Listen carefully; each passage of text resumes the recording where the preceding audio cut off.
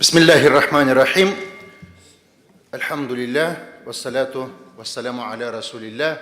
Хамдусана, һәр мактауларыбыз Аллаһ Джалле Джалалухка булса иде. Иң хәерле сәламнарыбыз Пәйгамбәрбез Мухаммад Мустафа, аның әһле битенә һәр бер изге бәндәләргә дә булса иде. Хөрмәтле муфти шейх Равил Гайнудин, хөрмәтле Габделгаяз Васил улы, хөрмәтле Нургали Рифкат улы, хөрмәтле кадерле имамлар, зыялылар, барчаларыгызны ислам сәламе белән сәламлим. Ассаламу алейкум ва рахматуллахи ва баракатух. Альхамдулилlah, җыелыштык шундый күркәм фәнни илми конференциясына. Безне монда чакырдылар, кабул иттеләр. Академия наук бинасында беренче мәртәбә үзебезнең фәнни илми конференцияны үткәрәбез. Ләкин Шаһабуддин Мәрҗани укулары 9 ел элек башланды. Безнең Россия дәүләтебездә Равил хәзрәтнең Фатихадан аның Фатихасын алып. Бүгенге конференциябызны башлар өчен сүз бирелә. Татарстан Республикасы премьер-министр урынбасары, Бөтен дөнья татар конгрессы милли шурасы рәисе Васил Габделгаяз улы Шейх Разиевка.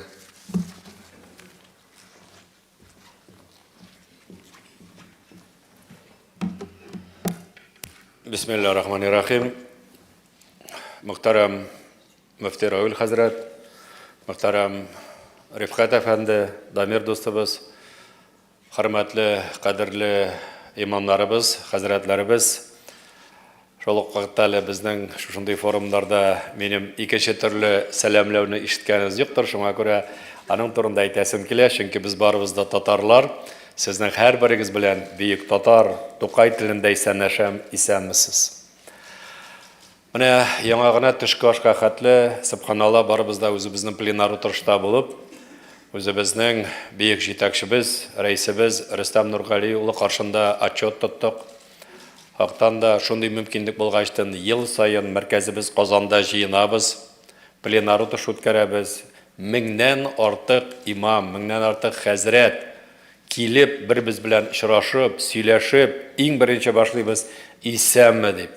Исән сау икәнсең, Казанга килгәнсең, хәлләрең ничек, эшләрең ничек бара дип, без шуннан бер-беребез белән алышып, дуслашып, рәхмәтле булып, серләребезне чишеп, үрнәкләр алып, исән сау кайтып туган якларыбызга, милләттәшләребезгә, дин кардәшләребезгә җиткерәбез. Ничек бүген Казан, Татарстан эшләгәнен һәм һәр беребезнең мин аңлап торам, үз эчендә зур горурлыклар туа, чөнки Казаныбыз, Татарстаныбыз бүген гүл бакча кебек. Шул ук вакытта әйтәбез, бүгенге көндә махсус операция бара. Җиңел түгел беребезгә дә. Шул ук вакытта имамнарыбызга зур рәхмәтләрне әйтәбез. Алар бергә атакайлар белән окопта булалар. Бүген дә әйттем, хәләктә булалар, дугалар кылалар. Безнең Рәшид хәзрәт Донецкадан килгән ничек әйтте, мөфтиләребез барып, окопларда панерлар табып, ничек кенә булса да мөселман кешеләренә дуга кылырга мөмкинлекләр бирәләр. Шуңа күрә ул да зур эш. Шул ук вакытта һәр беребез үз авылларыбызда, үз районнарыбызда шушы җиңүне җиңелтер өчен мөмкин кадәр финанс ягыннан да, бүтән матди яктан да ярдәм итеп торабыз. Шуңа күрә мәчетләребездә һәр вакытта да вагаз әйткәндә, дуга кылганда әйтәбез: "И Раббым, шушы махсус операциябыз тизрәк битеп, үзебезнең җиңү белән егетләребез, анда булган ханымнарыбыз да, кызларыбыз да сугышта йөри, исән сау кайтып, үз гаиләләрен, балаларын, хәләҗифләрен кышып, Россиябыз тагын да алга тизрәк барсын иде." Шуңа күрә Аллаһ кабул итер, сугыш битәр безнең җиңү белән. Шуңа күрә өметле булыйк, алга барыйк. Шул ук вакытта әйтәсем килә, менә бөек шәхесләр дигәндә 1100 ел элек без ислам динен кабул итеп, шушы 1100 ел эчендә аңа бер тапкырда хыянат итмәдек. Һәр вакытта да тугры булып калдык. Советлар Союзы булганда да, дингә каршылык барганда да, безнең әби-байлар базларга төшеп, дугалар кылып, үз дикләрен саклап калып, менә безгә биргәннәр. Бүген әгәр дә без Татарстанда, Казанда 1000дән артык имамны, хәзрәтне җыеп, үзебезнең телебездә сөйләшеп, үзебезнең динең белән горурланып, өмет биреп, уртаклашып, Рәсәй күләмендә җитәкчеләр белән ярдәмдә булып яшый алабыз икән, бу бит инде бәхет җәмәгать.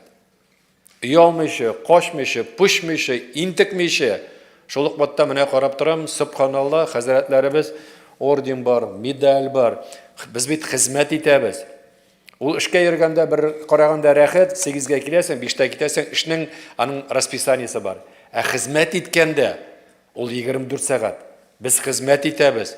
Менә шушы хезмәтләрне күрү, лаеклы булу, рәхләм әйтү, үзебезнең дәүләт бүләкләрен, дини нәзарәтләрен бүләкләрен бирү. Ул инде үзеңә дә, шушы хезмәт иткән мәчеткә дә, дини нәзарәтенә дә, мөхтәсибәткә дә ул инде зур уртам рәхмәт. Менә шулай тагып йөрергә кирәк, алып килергә кирәк, күрсәтергә кирәк, горурланырга кирәк. Аннары инде җәмәгать белеп торабыз. Әгәр дә без үзебезнең тарихыбызны өйрәнмәсәк, үзебезнең бүйек шәхесләребезне нинди генә гасырда, нинди генә чорда яшәсә дә, бүген күтәреп, үзебез белеп, яшьләребезгә җиткерә алсак, менә ул вакытта инде без тарихлы, бүйек, дәүләтле халыкта булабыз. Шуңа күрә менә без әйтәбез инде Шихабуддин Марҗани, Файзхан Хусаиновлар дигәндә, без бит инде зурлап әйтәбез, горурланып әйтәбез һәм һәрберебезгә күрсәтәбез, өйрәтәбез аларның әйткән сүзләре буенча. Менә минем әйтәсем килә, без инде Шихабуддин Марҗани дигәндә 200 елдан артык инде 205 яшь, үз вакытында бит инде Бухарага барып, Самаркандларда мәдрәсәләрне бетереп, кайтып укый башлагачтан, шушы вакытта без әйтәбез, ул вакытта астрономиядә, физикада, математикада кирәк татар халкына, исламга дип, һәм шул вакытта әйтә, безгә урыс телендә өйрәнергә кирәк. Чөнки без урыс телен өйрәнмәсәк, biz үзебезнең тел беләгенә әллә кая китә алмыйбыз дип. 180-170 елдан соң без әйтәбез, урыс телен шундый әйбәт беләбез, безгә хәзер татар телен саклап калырга кирәк, татарча күбрәк сөйләшергә дип. Менә җәмәгать ничек 150-160 ел эчендә ничек әйләнә дә белдек. Кирәк булган өйрәнгәнбез, кирәк булган сакланганбыз. Менә быел гаилә елы, шуңа күрә без зур горурланып әйтәбез, безнең имамнар, хәзрәтләр, аларның һәр вакытта да күп балалы, буыннан буынга хезмәт итәбез. Шуңа күрә инде әгәр дә егетләребез үзебезнең татар кызларын табып, татар кызлары татар егетләрен табып, матур итеп, никахлар укып, аннары бәбәй туйларына бергә генә түгел, берничәсенә Аллаһ насыйп итсен йөрсәк, менә ул вакытта тагын бер мөһим әйбер, аларга татар исемнәре биреп. Менә инде ул чагында безнең зур байлык була. Бөтен дөнья татар конгрессы быел үзен шәхесләр елы дип игълан итте. Шуңа күрә менә шәхесләр елы нигезендә шушы очрашулар үткәрү, шушы укулар үткәрү, тагын яңа шәхесләр табу, аны күрсәтү безнең төп бурыч һәм ел азагында без аны инде нәтиҗәдә ясарбыз. Тагын бер сүз әйтәсем килә йомгаклар алдында, хактан да безнең өчен зур байлык, зур шатлык менә шундый мөфти Равил хәзрәтебез булу. Без инде күп еллар дуслар, бер-беребезне аңлыйбыз, бер-беребезгә ярдәм итәбез. Шундый булган үзебезнең позицияны Равил хәзрәт Россия президенты Владимир Владимировичка да җиткерә. Аның белән дә очраша, бүтән милләтләшләргә ислам динендә булган татар халкына җиткерә, таләп итә, өйрәтә, үз ягында җыеп тәрбиядә белә. Менә шулай монда бергә булу, үткәрү безнең өчен зур горурлык. Шуңа күрә мөхтәрәм мөфти Равил хәзрәт, сезгә исәнлек, саулык, озын гомер. Беләбез, быел ул юбилей даталарга бик бай. Шуңа күрә шәхсән үзегез өчен дә, мөхтәрәм безнең мөфтият өчен дә, шуңа күрә бергәләшеп, бергә булып, аларны да үткәреп, тагын бер кат өмет белән бүтән елларга да Аллаһ насыйп итсен, күчеп барыбызга да исән сау булырга. Уңышлар барыбызга да. Рәхмәт. Рахмат, Василий әфәнде. Сезне сырбыз Бөтен дөнья татар конгрессы исеменнән рәхмәт хатларны тапшырырга һәм бүләкләр. Бөтен дөнья татар конгрессының татар милләтенә күрсәткән олы хезмәтләр өчен медале белән бүләкләнәләр. Үзәкләшкән дини оешма Пенза өлкәсе мөселманнары дини нәзарәте рәисе мөфти Ислам хәзрәт Дашкин.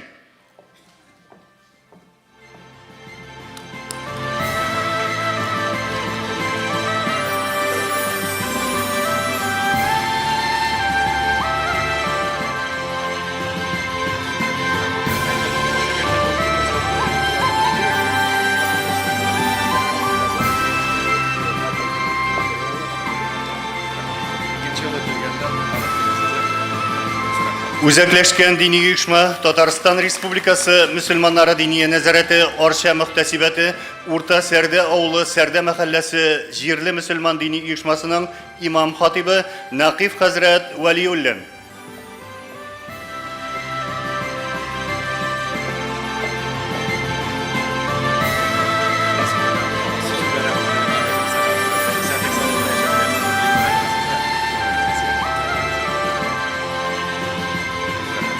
Башкортстан Республикасы Миякә районы Баязит авылы мәчетенең имам хатибы Ришат хәзрәт Халиков.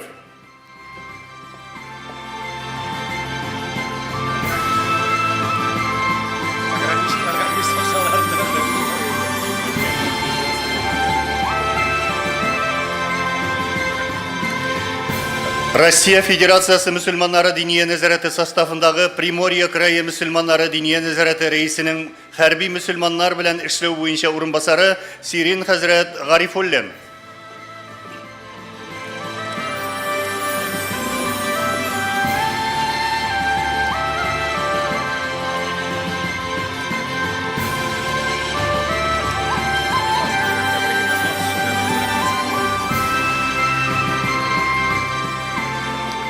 Үзәкләшкән дини оешма Россия мөселманнары үзәк дини нәзарәтенең гаилә клубы җитәкчесе Юнусова Зөмәрә Әхьяреттин кызы.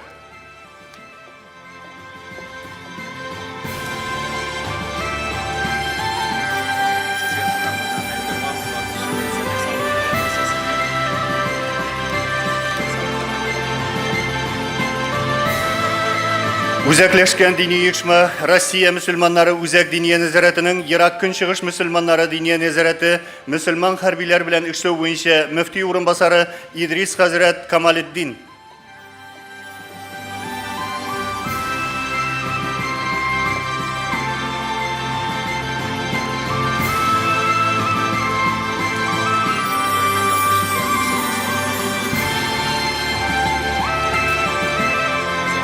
Татарстан Республикасы Балтач районы үзәк мәчете каршындагы Мәгърифәт мәркәзе җитәкчесе Халиуллина Айгөл Вәкил кызы.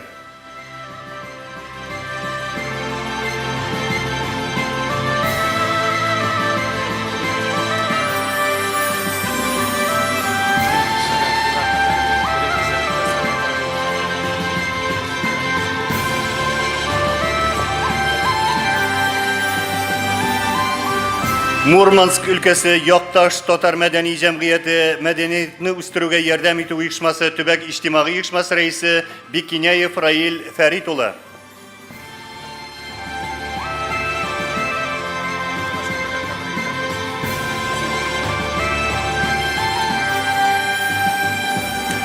Бөтен дөнья татар конгрессының Азнакай районы бүлеге җитәкчесе Хафизова Гөлсинә Сәйитҗан кызы.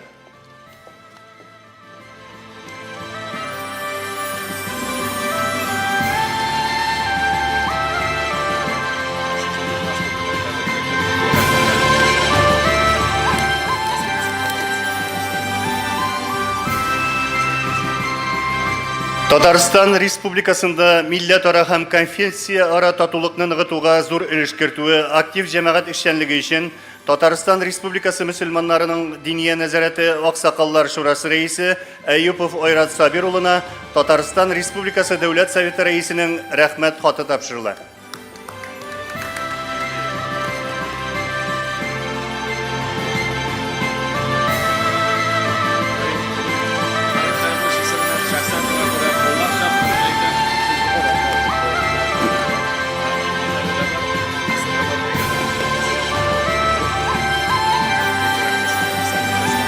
Милләтебез алдындагы олы хезмәтләрен искә алып, татар халкының телен, мәдәниятен үстерүдә, гореф-гадәтләрен саклап калуда башкарган зур эшләре өчен Бөтен дөнья татар конгрессының рәхмәт хаты белән бүләкләнәләр.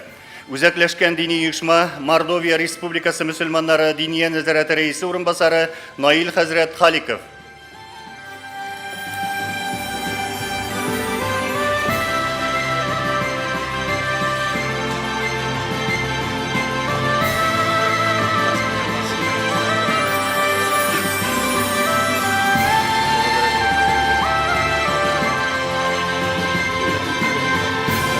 Башкортостан Республикасы мөселманнары дини нәзаретінің Борай районы Борай ауылы Қызыл мәчетінің имам хатибы Ришат хәзрәт Әсламов.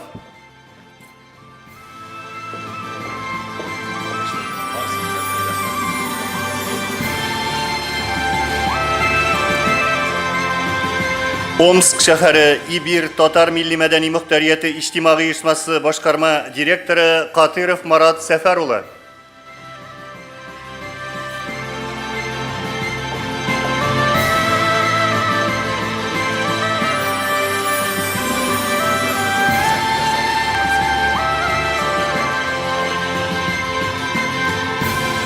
Удмуртия Республикасының Көньяк районнары имам мөхтәсибе Савит хәзрәт Шараев.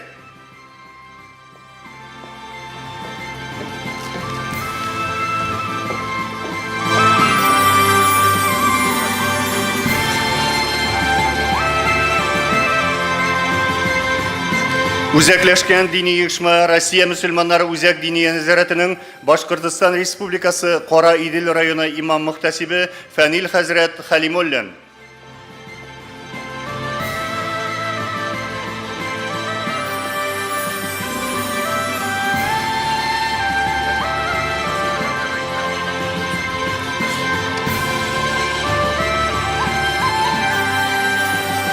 Пермь крайы мөселманнары дини нәзаретінің Коңгыр районы мөхтәсибәте имам мөхтәсибе Самат хәзрәт Ибраев.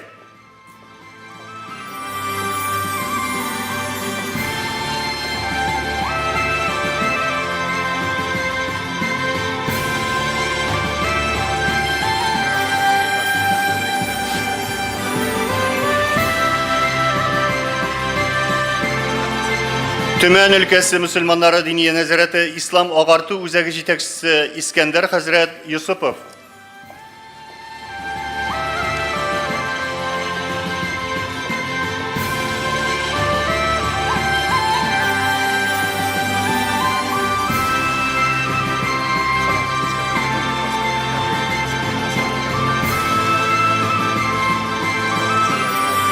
Еврей автоном округы Биробиджан шәһәре имам хатибы Марсель хәзрәт Гыйндуллин.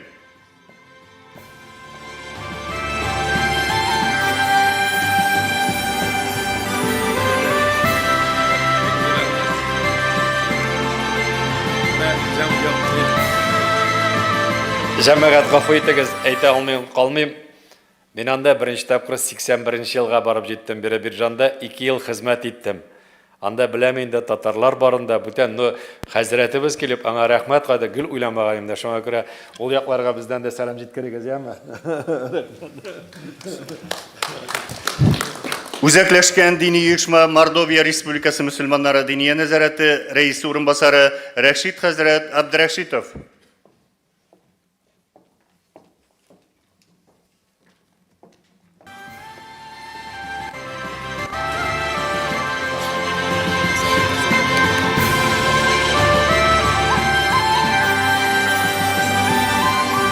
Татар телен һәм мәдәниятен, ислам динен өйрәнүдә югары уңышларга ирешкән өчен Бөтен дөнья татар конгрессының стипендиясы түбәндәге студентларга тапшырыла. Россия Ислам институты студенты Гыйләҗев Марат Фәрит улына.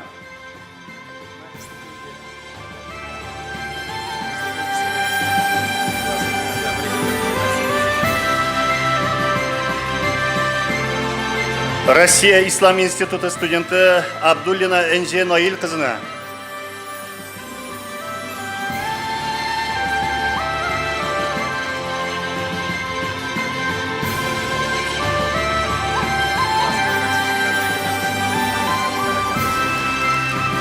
Россия Ислам институты студенты Батталов Алмаз Рамил улына.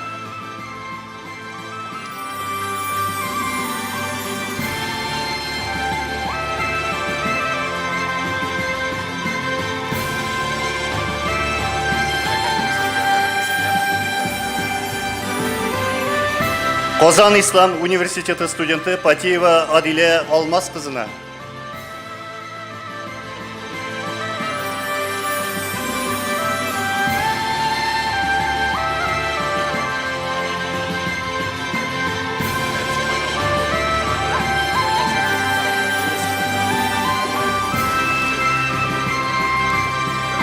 Казан Ислам университеты студенты Джалалиев Данил улына.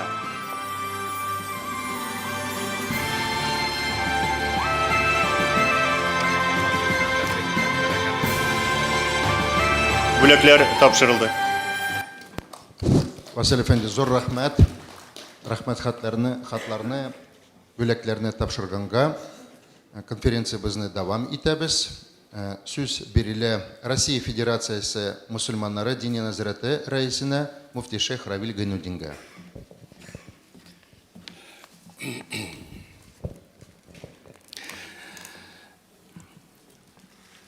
Бисмиллахир-рахманир-рахим.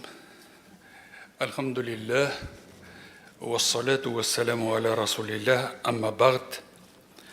Мұхтарам Васил Ғабдылғаяс оғлы, Мұхтарам Рифқат Нұрғали оғлы, Мұхтарам ғалимнар, ғилімиялары, ханымнар, әфәнділер, имам һәм дә минем хезмәттәшләрем, дусларым, дин кардәшләрем, мин сезне барыгызны да ислам сәламе белән сәламлим. Ассаламу алейкум ва рахматуллахи ва баракатух дия.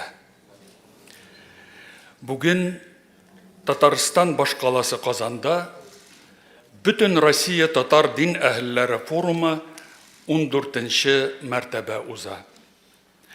Шулай да татар имамнарының җыены турында сөйләгәндә, без 1917 елда ук Казанда узган гуләмәләр сыйыздан исебездә тотарга тиеш.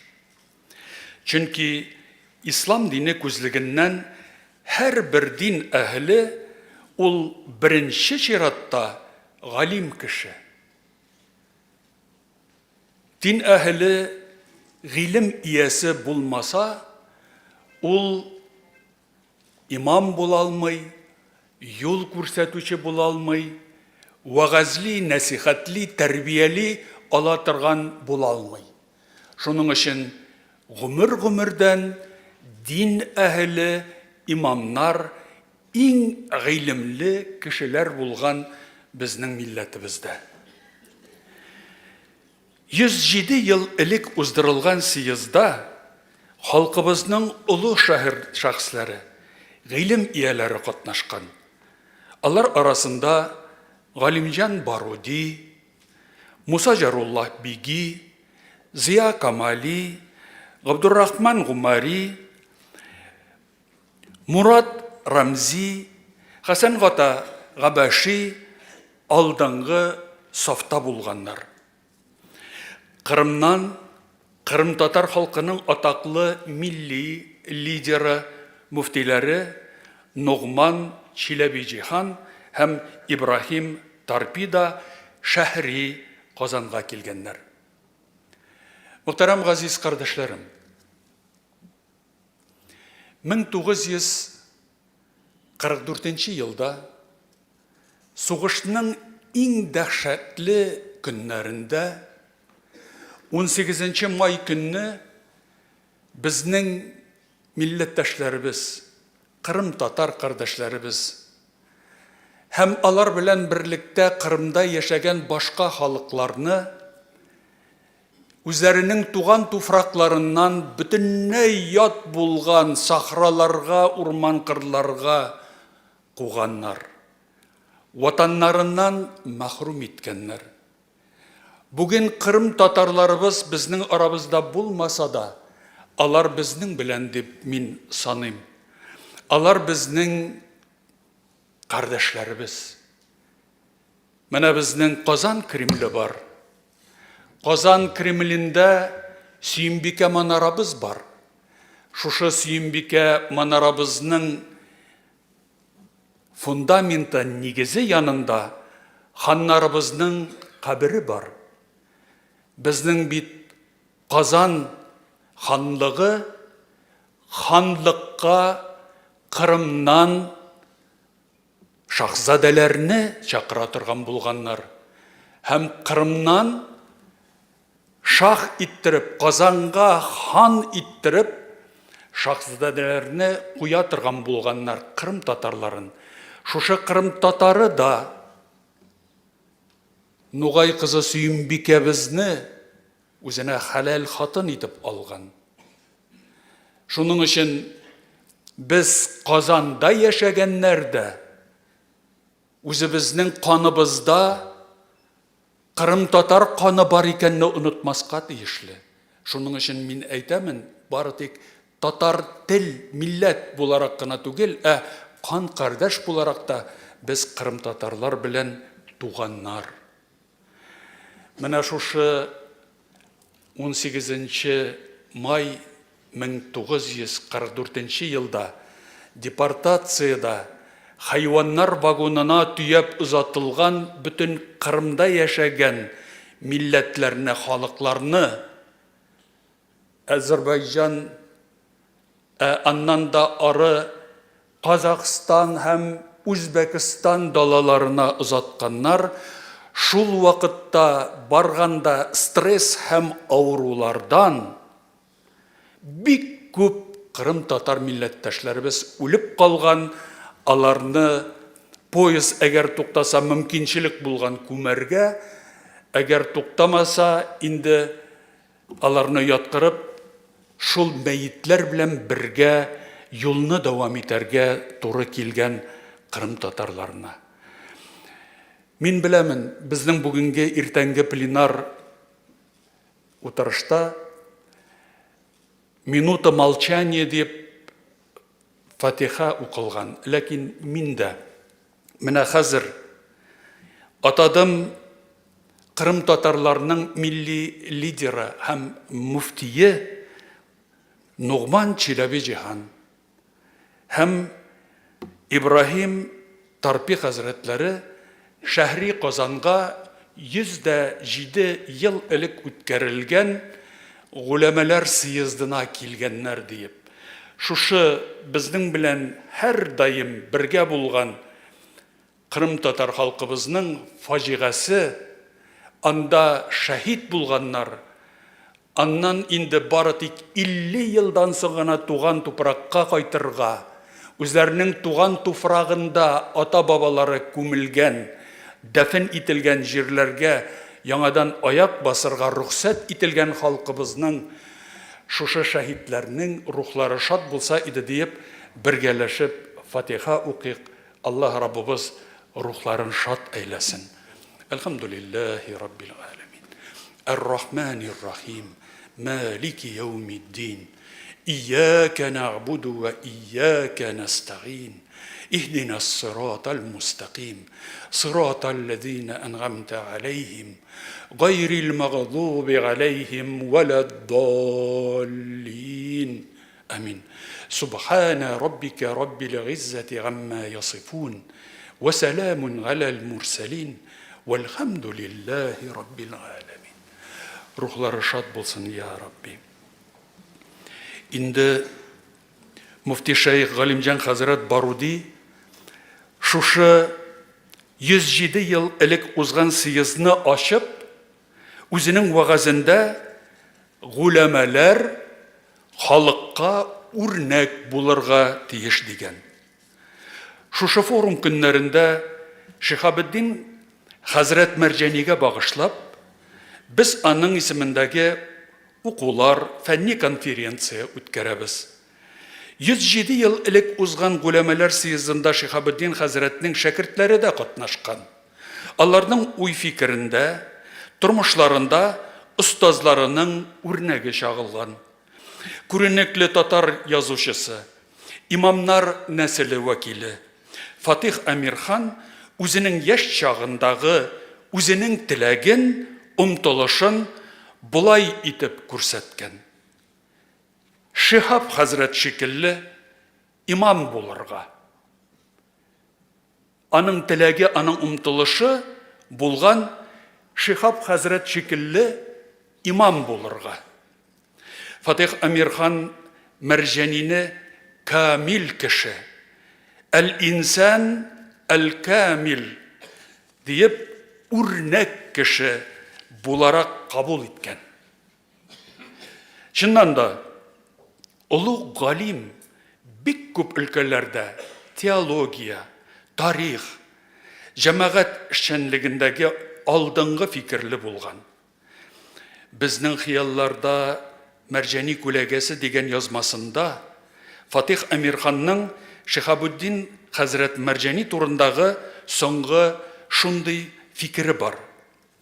Гыйлем вә тәхқиққа, ягъни тәхқиқ ул хаклыкны тирәнтен өйрәнүгә, тикшеренүгә булган бу дәрте белән, бу истигъдаты, илһамы, таланты, бу эшчәнлеге белән ул әгәр 75 ел соңгарак туган булса иде, аның исеме Европа һәм башка гарби дөнья фәннәр академияләре агзалары эшендә мөхтәрәм урын ишгал итәр иде дигән. Әлбәттә, без беләбез, Бөек Британияның энциклопедиясында Шихабуддин Мәрҗанинең исеме кергән. Ләкин гарби дөньядагы Европа фәннәр академияләрендә агза буларак, действительный член Академии наук буларак, ул аларның иң хөрмәтле урынында булыр иде дип язган Фатих Әмирхан хәзрәтләре. Бу фәнни укуларыбызны без былтыр, сез белгәнчә, улуг хәзрәт хезмәт иткән тарихи Мәрҗани мәчетендә уздырдык. Быел исә үзебезнең Татарстан фәннәр академиясе бинасында җыелдык. Мин ихлас күңелемнән Татарстан фәннәр академиясының президенты Рафкат Нургали углы Минихановка безнең белән хезмәттәшлеккә әзер булганы өчен, безнең белән бергә уртак конференцияны оештырганы өчен, һәм дә Татарстан Республикасының премьер-министр урынбасары Васил Габделгаяз углына безнең белән тыгыз элемтәдә эшләүе һәм уртак эшне алып барып без бергә булдырабыз дип, милләтебезне сөендерүгә шушылай көч куйганы өчен сезгә ихлас рәхмәтләремне белдерәм. Хәзрәттән рәхмәт ишетү безнең татар халкында әйткән бер рәхмәт 1000 бәладән коткара дип. Шуңа күрә ихлас рәхмәт Аллаһ Раббыбыз тарафыннан булсын. Без Шихабуддин хәзрәтнең үрнәге һәм хәзерге шартларыбызда аның мирасын тирәнтен өйрәнеп, бу хәзинәләрне җәмәгатьчелеккә җиткерергә тиешле һәм бурычлы дип саныйм. Аллаһка шөкер. Без рәхмәтле кешеләр буларак тарихи юбилейларны уздырабыз, тарихи шәхесләребезнең исемен, мирасын халкыбызга кире кайтарабыз. Безнең галимнәребез, муфти вә шейхләребез, мугаллимнәребез, имамнарыбыз турында күркәм сүзләр сөйлибез. Әмма көндәлек эшчәнлектә аларның уй фикерләреннән файдаланабызмы? Алар куйган теләк максатларны тормышка ашырабызмы?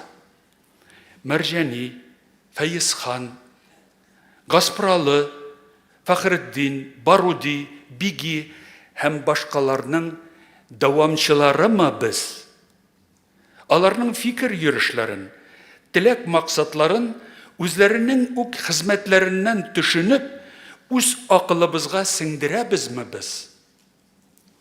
Соңгы 30 елда 19-нчы гасыр православ фәлсәфәчеләренең уй фикерләре бик актив рәвештә иҗтимагый һәм фәнни әйләнешкә кертелде. Без күрәбез, бүген сәясәтчеләр һәм хакимияттә хезмәт итүчеләр православие фәлсәфәчеләре китапларыннан алынган цитаталарны бик актив рәвештә куллана башлады.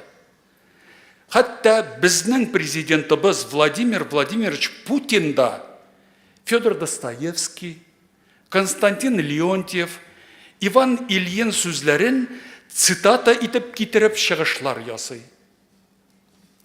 Кызганычка каршы, безнең милли вә дини фикер ияләренең исемнәре вывеска, шигар буларак, ягъни девиз буларак купшы итеп иленеп куелса да диварларга, асылда аларның мәслекләрен, фикерләрен күбебез белми. Нәтиҗәдә, галимнәребезнең алтын баһасына торырлык идеялары, мисал өчен әйтим, парламентаризм, конституция, хукукый, правовой дәүләт турында язганнары дәүләт советы диварларында да яңгырамый, китап дәреслекләрдә дә ул чалынмый, халыкның үз аңында да бу фикерләр юк. Гәрчә милләтебезнең интеллектуаль байлыгы үз эченә дини тәгълиматларны да, сәяси иҗтимагый мәсьәләләрне дә, рухи һәм әхлакый сорауларны да, шул исәптән традицион кыйммәтләребез, ныклы гаилә, ата-бабаларыбызның мирасы, югары әхлак, гадалият, тырышлык, шәфкать, ватанга мәхәббәтне үз эченә сыйдыра. Алай гына да түгел. Үзебезнең милли фикер ияләрен генә түгел, Кавказда һәм Кырымда яшәгән галимнәрнең дә мирасын безгә өйрәнергә тиешле. Без аларны өйрәнергә дә бурычлы. Чөнки бу әсәрләр бердәм дини, рухи даирәдә туган һәм таралган булган. Хәзерге катлаулы чорда безнең җиребездә туган рухи җәүһәрләрне бөтен Россия мусульман уммәтенә, гади мусульманнарга ничек тапшырырга соң безгә? Рус православие чиркәүе безнең өчен матур бер үрнәк күрсәтте. Профессиональ православ белеме мәркәзләре булып торган Ленинград, хәзер Санкт-Петербург һәм Загорский, хәзерге Сергиев Посад академияләре 1946 елдан үз эшчәнлеген яңадан башлаган. Элекке православ югары мәктәбе белеме Совет чорында аларда бетмәде, дәвам итте. Кызганыч, Россиядә мусульман дини уку йортлары, мәдрәсәләренең тарихы 65 елга үзелде. Сез беләсез, мин Бухара Мир Гарәп мәдрәсәсенә укырга киткән вакытта безне бөтен Советлар Союзы республикаларыннан яшь студентларны беренче курска 10 кеше кабул иттеләр. Сез шуны беләсезме? 350 миллион халыктан инде 20 миллион без бүген Россияда дип әйтсәк, Үзбәкстан, Казакстан, Кыргызстан, Азербайҗан, Таҗикстан, Төркмәнстаннарда һәм башка җирләрдә күпме миллионлаган мусульман яши. Менә шул кадәр мусульманнардан бары тик 10 кешене безне беренче курска студент итеп кабул иттеләр.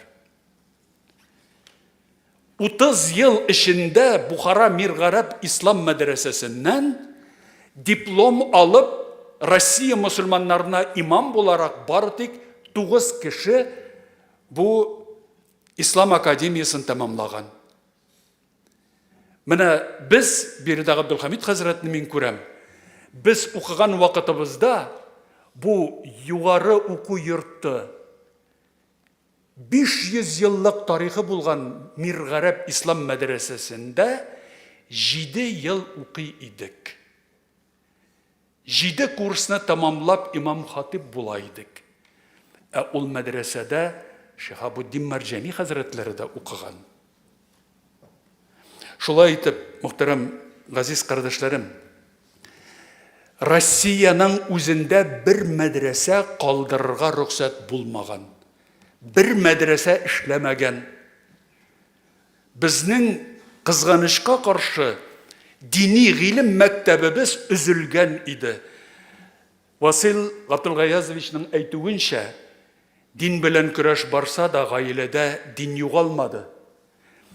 Безнең әбиләребез июль айындагы шилләдә дә уразасын калдырмады. Әйтәләр иде, хәтта кар базына бераз төшеп хәл ала идек диеп.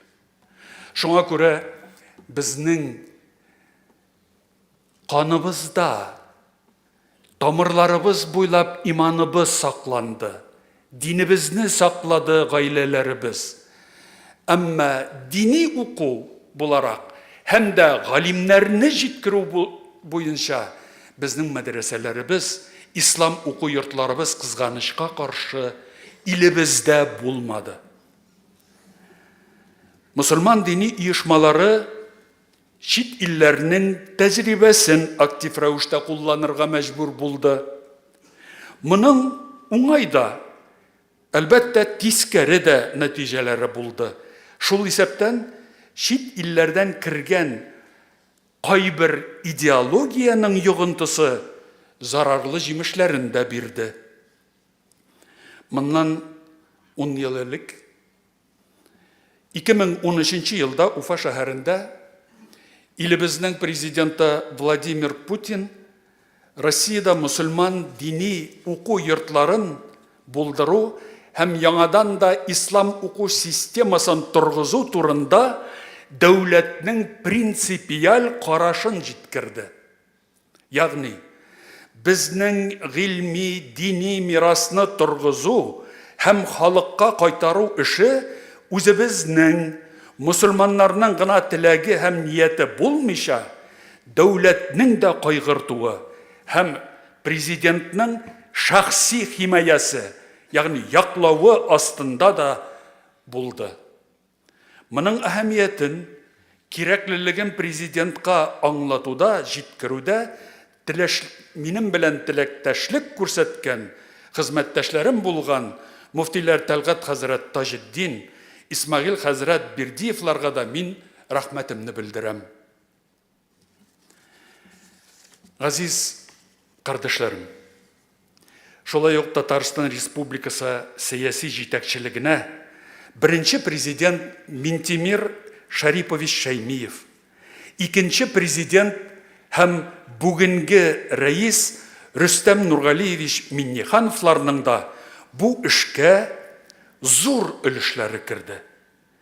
Шиһабеддин Мәрҗәнинең 200 еллыгы, Идел буе Булгар дәүләте халыкларының ислам динен кабул итүенең 1100 еллыгы, Хөсәйн Фәйзхановның 200 еллыгы һәм башка тарихи даталарыбызны үткәрүдә алар һәр вакыт әйдәп баручы сәяси көч булдылар.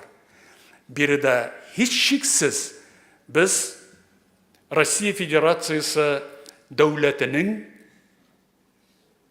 премьер-министр урынбасары мөхтәрәм дин кардәшебез Марат Шакирзянович Хусуллинга да тирән ихтирам һәм рәхмәтебезне җиткерергә тиешле. Чөнки мондый зур юбилей тантаналарын үткәрүдә аның искиткеч зур өлеше булды. Аллаһ Раббыбыз менә хәзер генә исемнәрен әйтеп киткән безнең сәясәтчеләребезгә, галимнәребезгә һәм дин әһелләребезгә Аллаһ улы әҗр савапларын насип кылса иде, хезмәтләрдән разый булса иде. Мәрҗәни укуларының быелгы исеменә дини тәгълиматлар, гыйльми концепциялар һәм оешу үрнәкләре темалары чагылдырылган.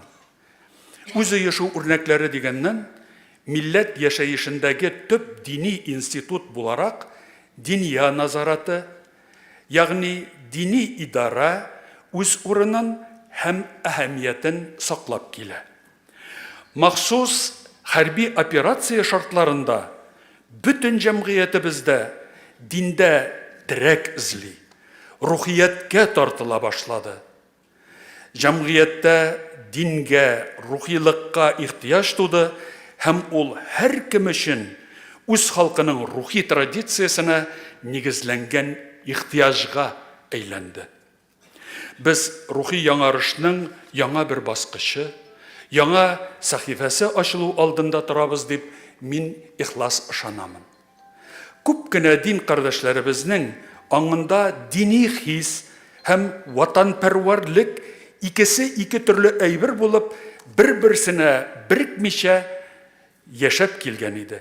Хәзер исә ватаныңны ярату, туган җиреңне кайгырту һәм туган ватаныңны саклау белән дини яшәешнең, Аллаһка якынаюыңның бер-берсенә никадәр бәйләнештә икәнен күпләребез тирән аңлый башлады.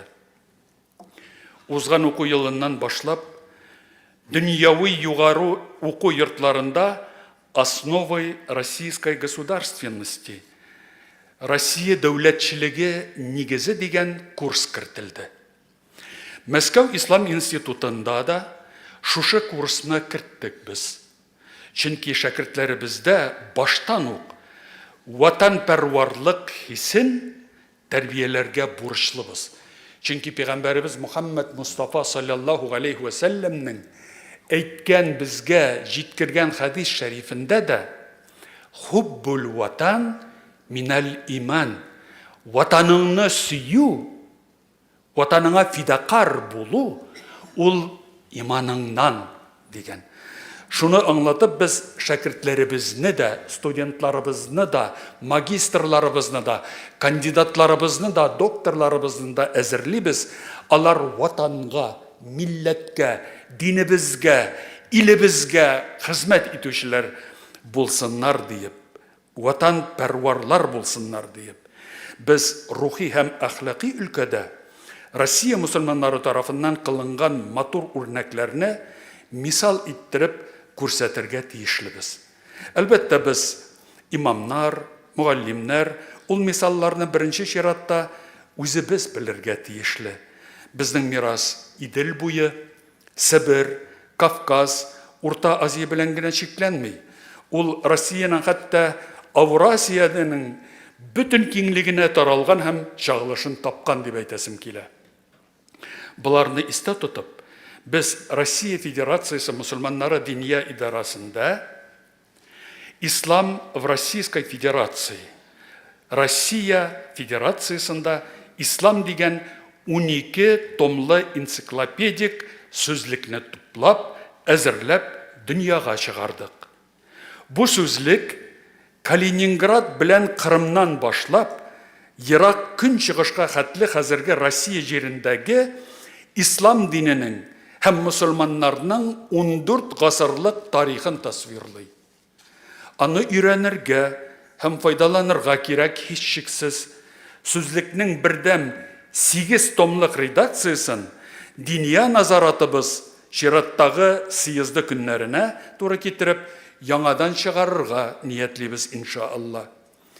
Сүзлекләрне туплауга өлеш керткән Россия төбәкләреннән һәм шул ук чит илләрдәге йөзәрләгән галимнәргә дә тирән ихтирам һәм рәхмәтемне белдерәм.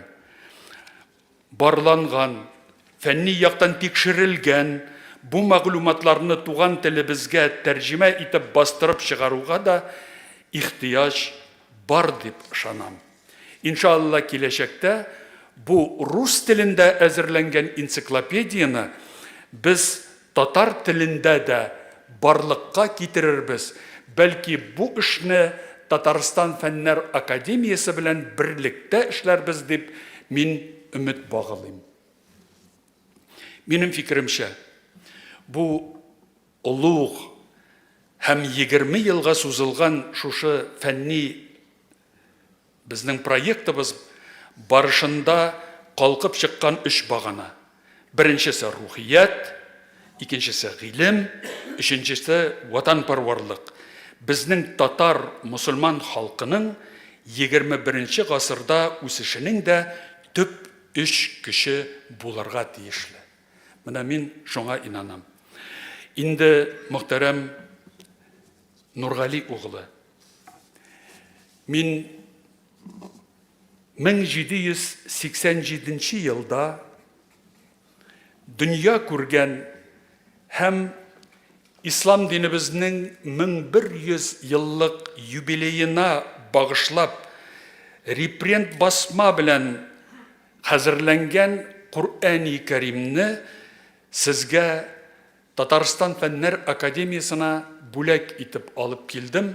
Хәзер, мөхтәрәм кардәшләрем, аны Рифкат Нургали углына тапшырырга рөхсәт итегез. Бу безнең татарлар әзерләп чыгарган басма һәм шул басманың тарихи нускасыннан алынган Кур'ан Кәрим репринты. Ул Татарстан Фәннәр Академиясында булырга тиешле һәм шуны кабул итеп алуыгызны сорыйм.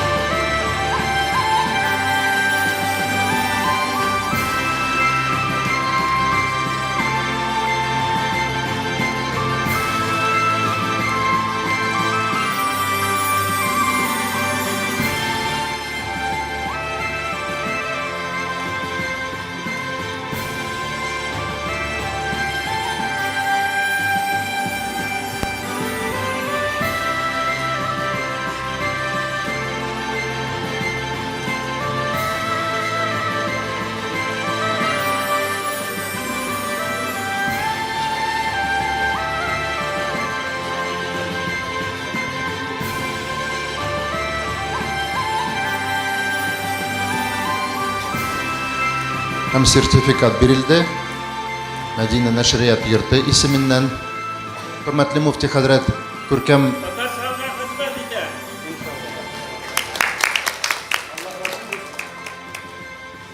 Мөхтәрәм муфти хәзрәт, күркәм, тирән, мәгънәле чыгышыгыз өчен зур рәхмәтләр. Сүз бирелә Татарстан Республикасы Фәннәр Академиясе президентына Рифкат Нургали улы Минихановка.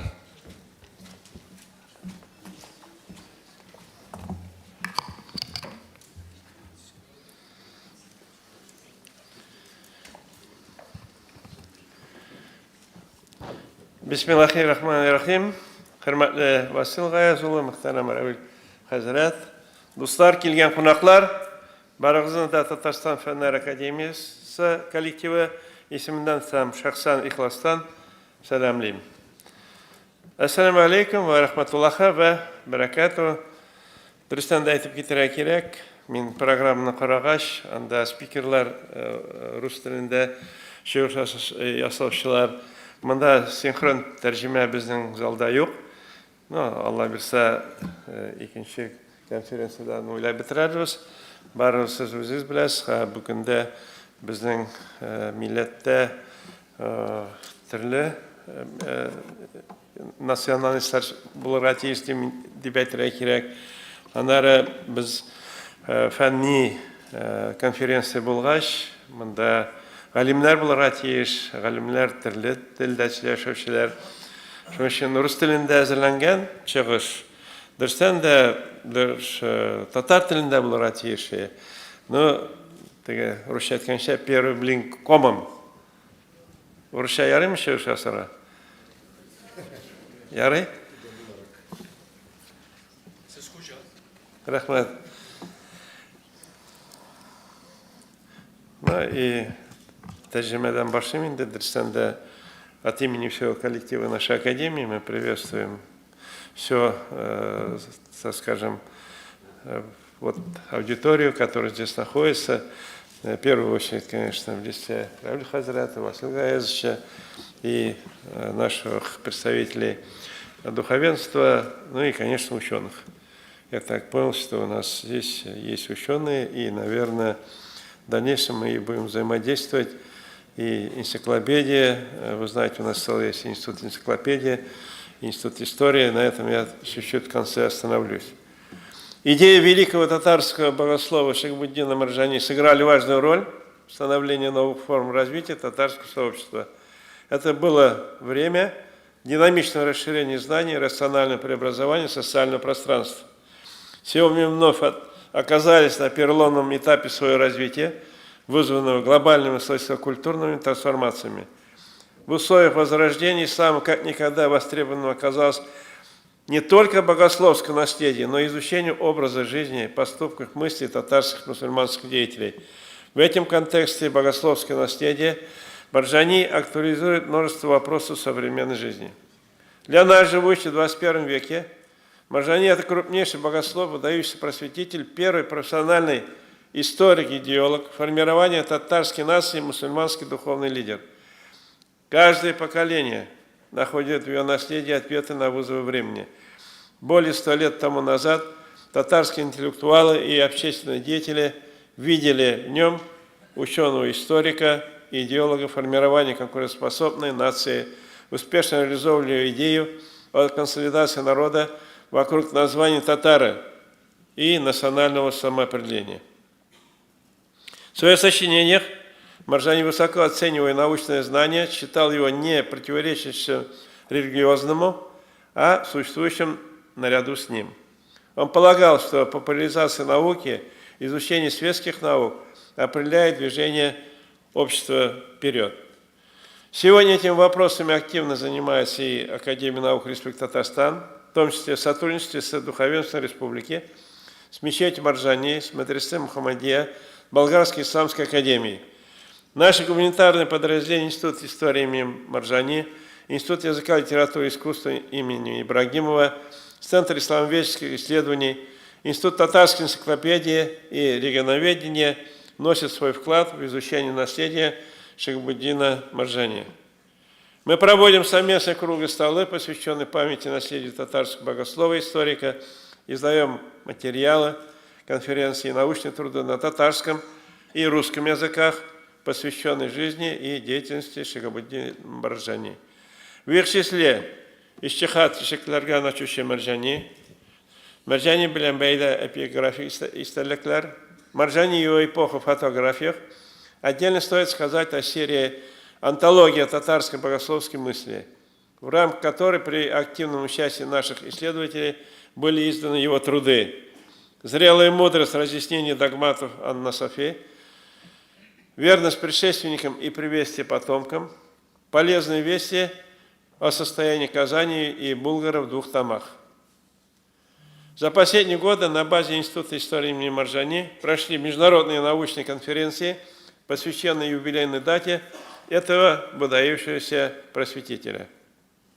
Активная работа, направленная на популяризацию взглядов и трудов Маржани, ведется на площадках популярных социальных сетей в сети интернет. Таким образом, широкая и разноплановая деятельность наших ученых вносит большой вклад в изучение и лучшее понимание наследия нашего великого богослова, ученого и просветителя, переосмысление ее взглядов в контексте современных вызовов, с которыми сталкивается мусульманское сообщество в стране и мире.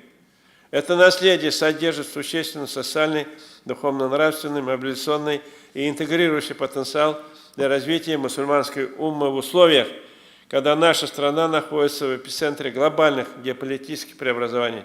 Я надеюсь, сегодняшняя конференция внесет свою важную лепту в раскрытие такого потенциала и путей его применения в современных условиях.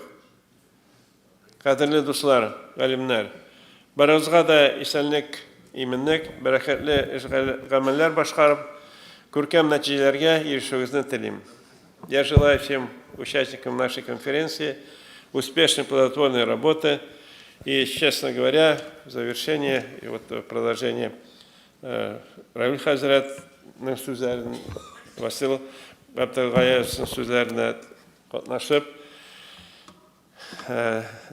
дин турында әйткәндә, мен үзем гомер буе партия секретаре булдым. Мин әйтәм, бу көндә бүтән ышанатан пионеры да 19 безнең бәйрәм була.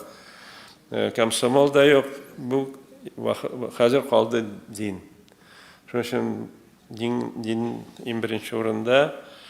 Ничек без диндәме, юкмы, Без бары дин белән бергә барырга тиеш. Безнең көч диндә генә, безнең көч татар телендә. Шуның өчен сезгә мин бик зур рәхмәтле. Алдагы көннәрдә дә без бергә матурлап бөтен конференцияларда түгел, тормыш юлында да бергә матурлап Татарстан күләмендә, Россия күләмендә, дөнья күләмендә бөтен эшне бергә апарырбыз. Рәхмәт сезгә. Рахмат зор итеп, Рифкат әфәнде. Васильевич, сөз әйтәсез.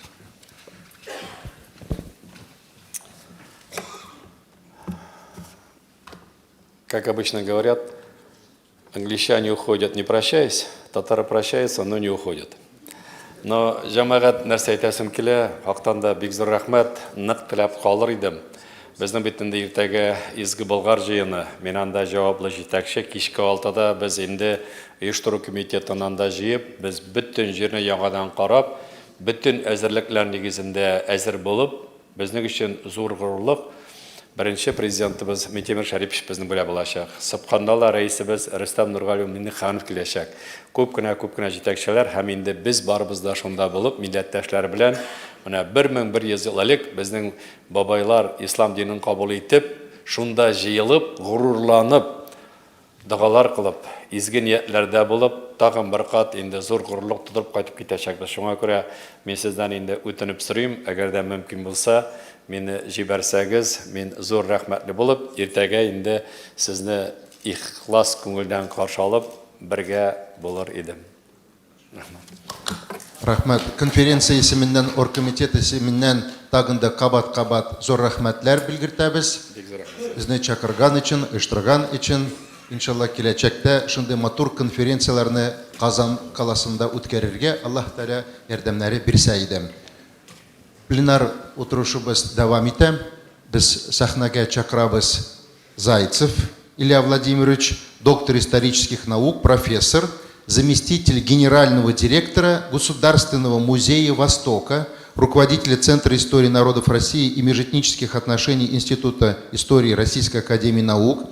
Также приглашается на сцену доктор исторических наук, профессор Казанского филиала Российского государственного университета правосудия, руководитель Центра изучения истории ислама в России Московского исламского института. Сөз берілі Илья Владимирович Зайцевка. Слово предоставляется Илье Владимировичу Зайцеву для пленарного доклада выступления.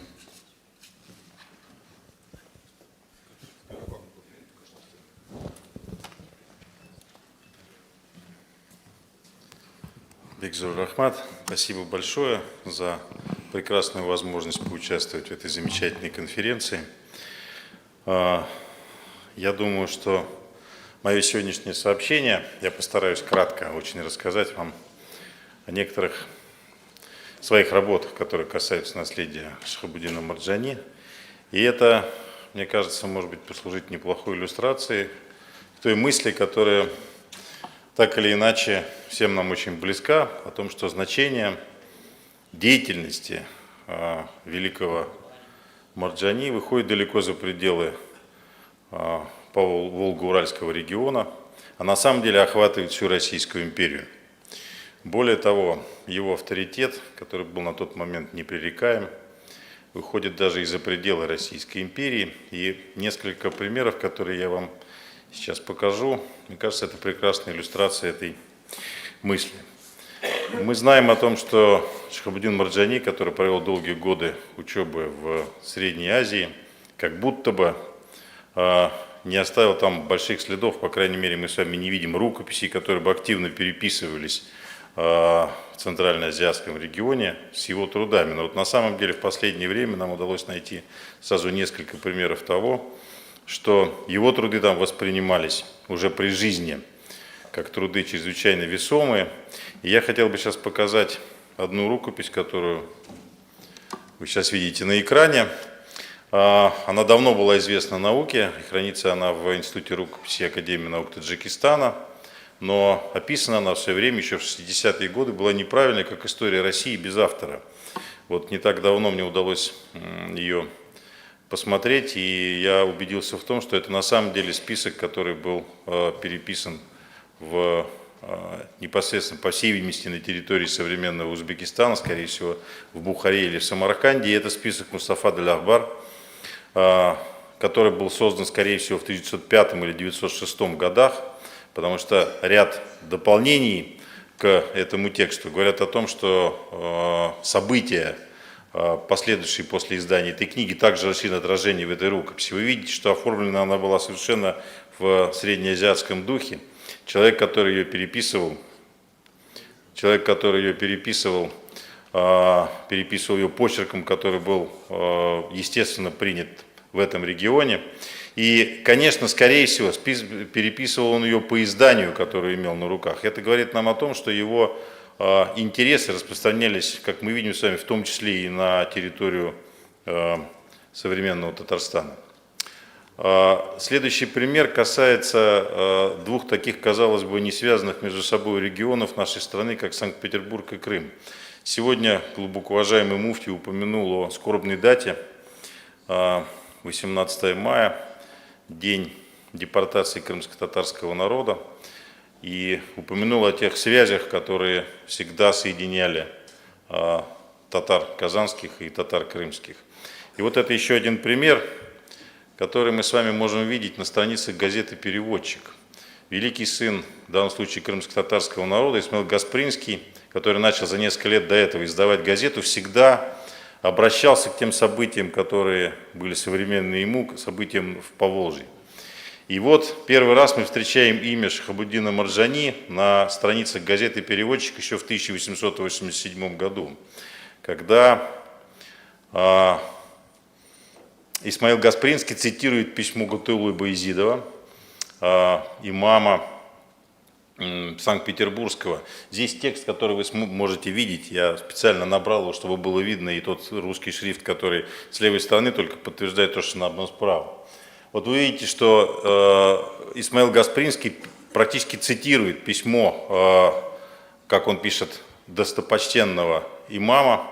Он пишет о том, что ахун города Казани, Шахабуддин Эфенди, побуждаемый любовью к народу и родине, собрал от разных жертвователей 1111 рублей серебром на предмет построения мечети в городе Санкт-Петербурге и выслал таковые деньги через Волжско-Камский банк на наше имя, то есть на имя Гатауллы Баязитова. Это еще одно свидетельство, во-первых, тех связей, которые соединяли этих двух замечательных людей, и о том, что это событие, которое нашло свое отражение на странице газеты «Переводчик». Здесь мы видим с вами список тех прихожан Первой соборной мечети города Казани, которые дали свои деньги на построение тогда общеимперского дела, на построение мечети в Санкт-Петербурге. Вы знаете, что построена она была много позже, но это очень крупная сумма, собранная, как мы видим, самое крупное пожертвование в этой сумме принадлежит, как пишет Баязитов, и как цитирует его Исмаил Гаспринский, имаму Первой Казанской соборной мечети Шахабуддину Багауддинову, 50 рублей.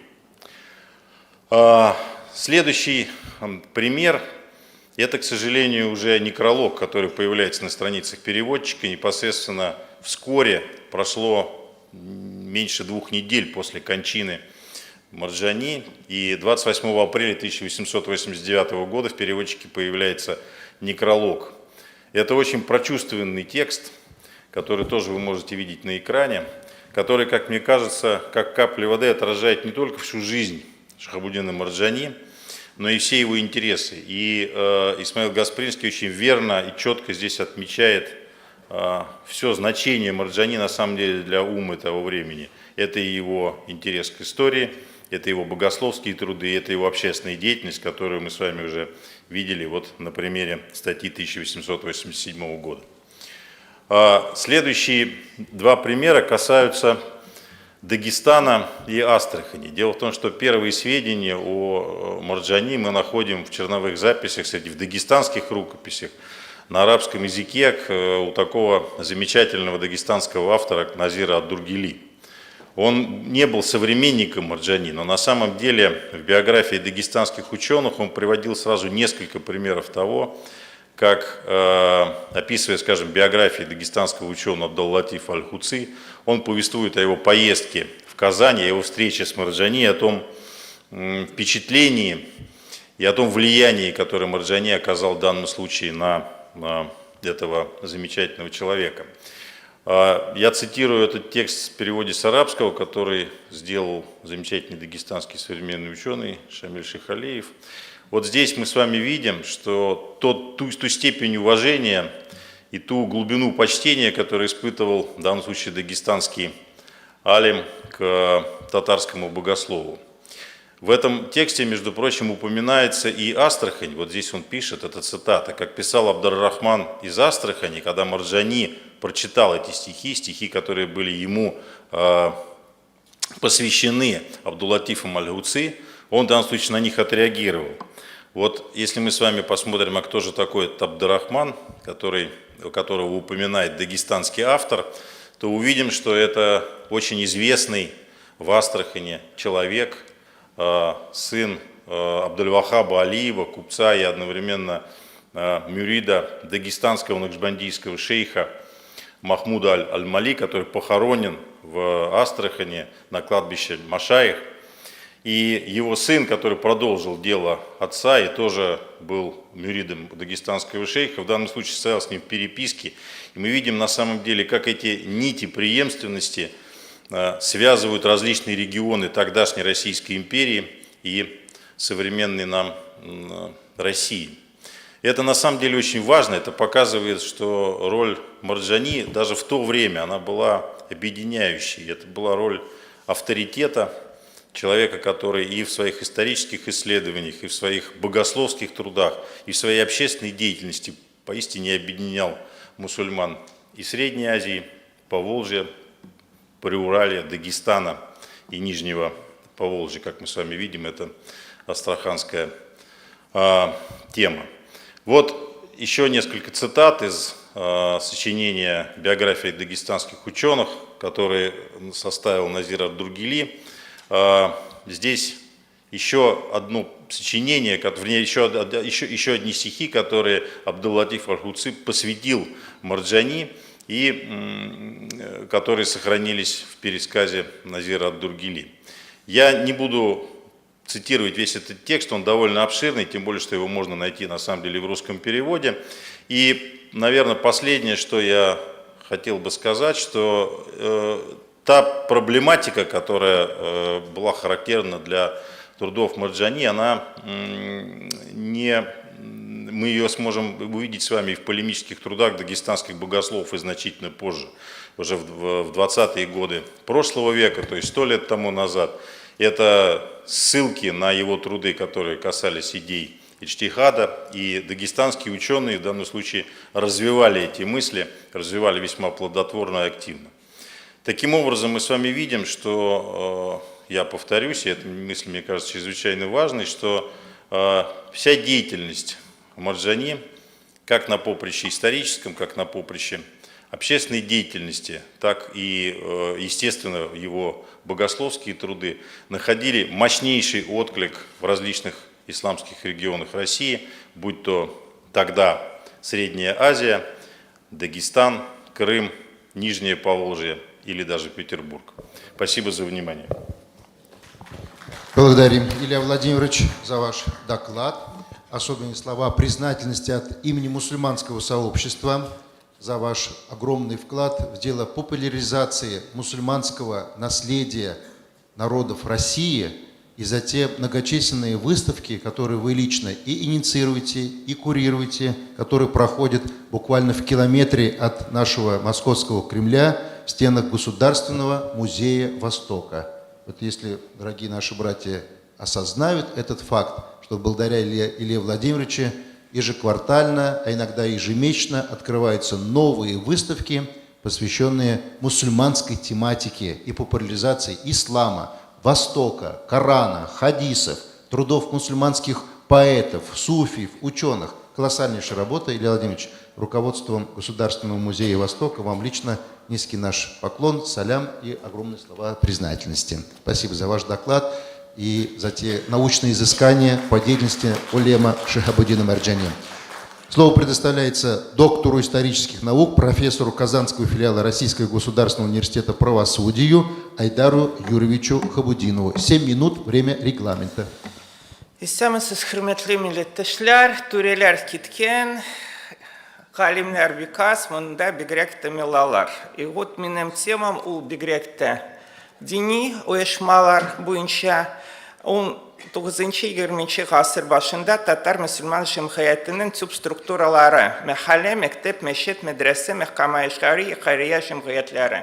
Neste eğitesi kilem. Siz bir yakşı bilesiz, kazan biz eğitemiz, kazan peytehet, no biz bütünüsü bilebiz. Birinci saklangan meşet, o ebi padşah vaktinden saklagan. Eliki meşetleri, şehirleri bizde jimerilgen. Ya alar malilni, dom formasında, nuçinan da ızba formasında bulgan, şunun için alar saklanmagan.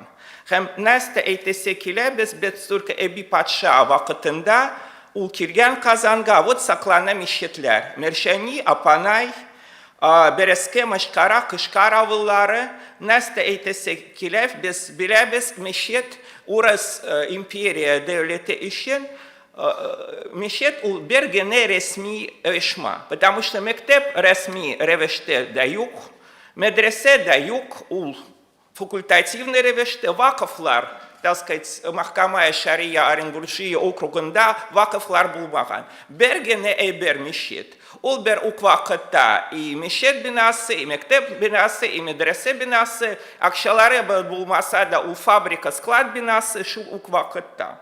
Neste eğitisi kile 18. asırdan saklangan meşitler birkaç. Это Троицкий meşitte, Оренбург meşitleri. No вот Meskev tarihi meşit biz üzebez bileriz. Ул 19. asırın nige ул saklangan, nige так сказать tarihi meşitte binası nige saklangan. Ул men 812 так сказать, униче соғышның яткәрі, башкалары юк.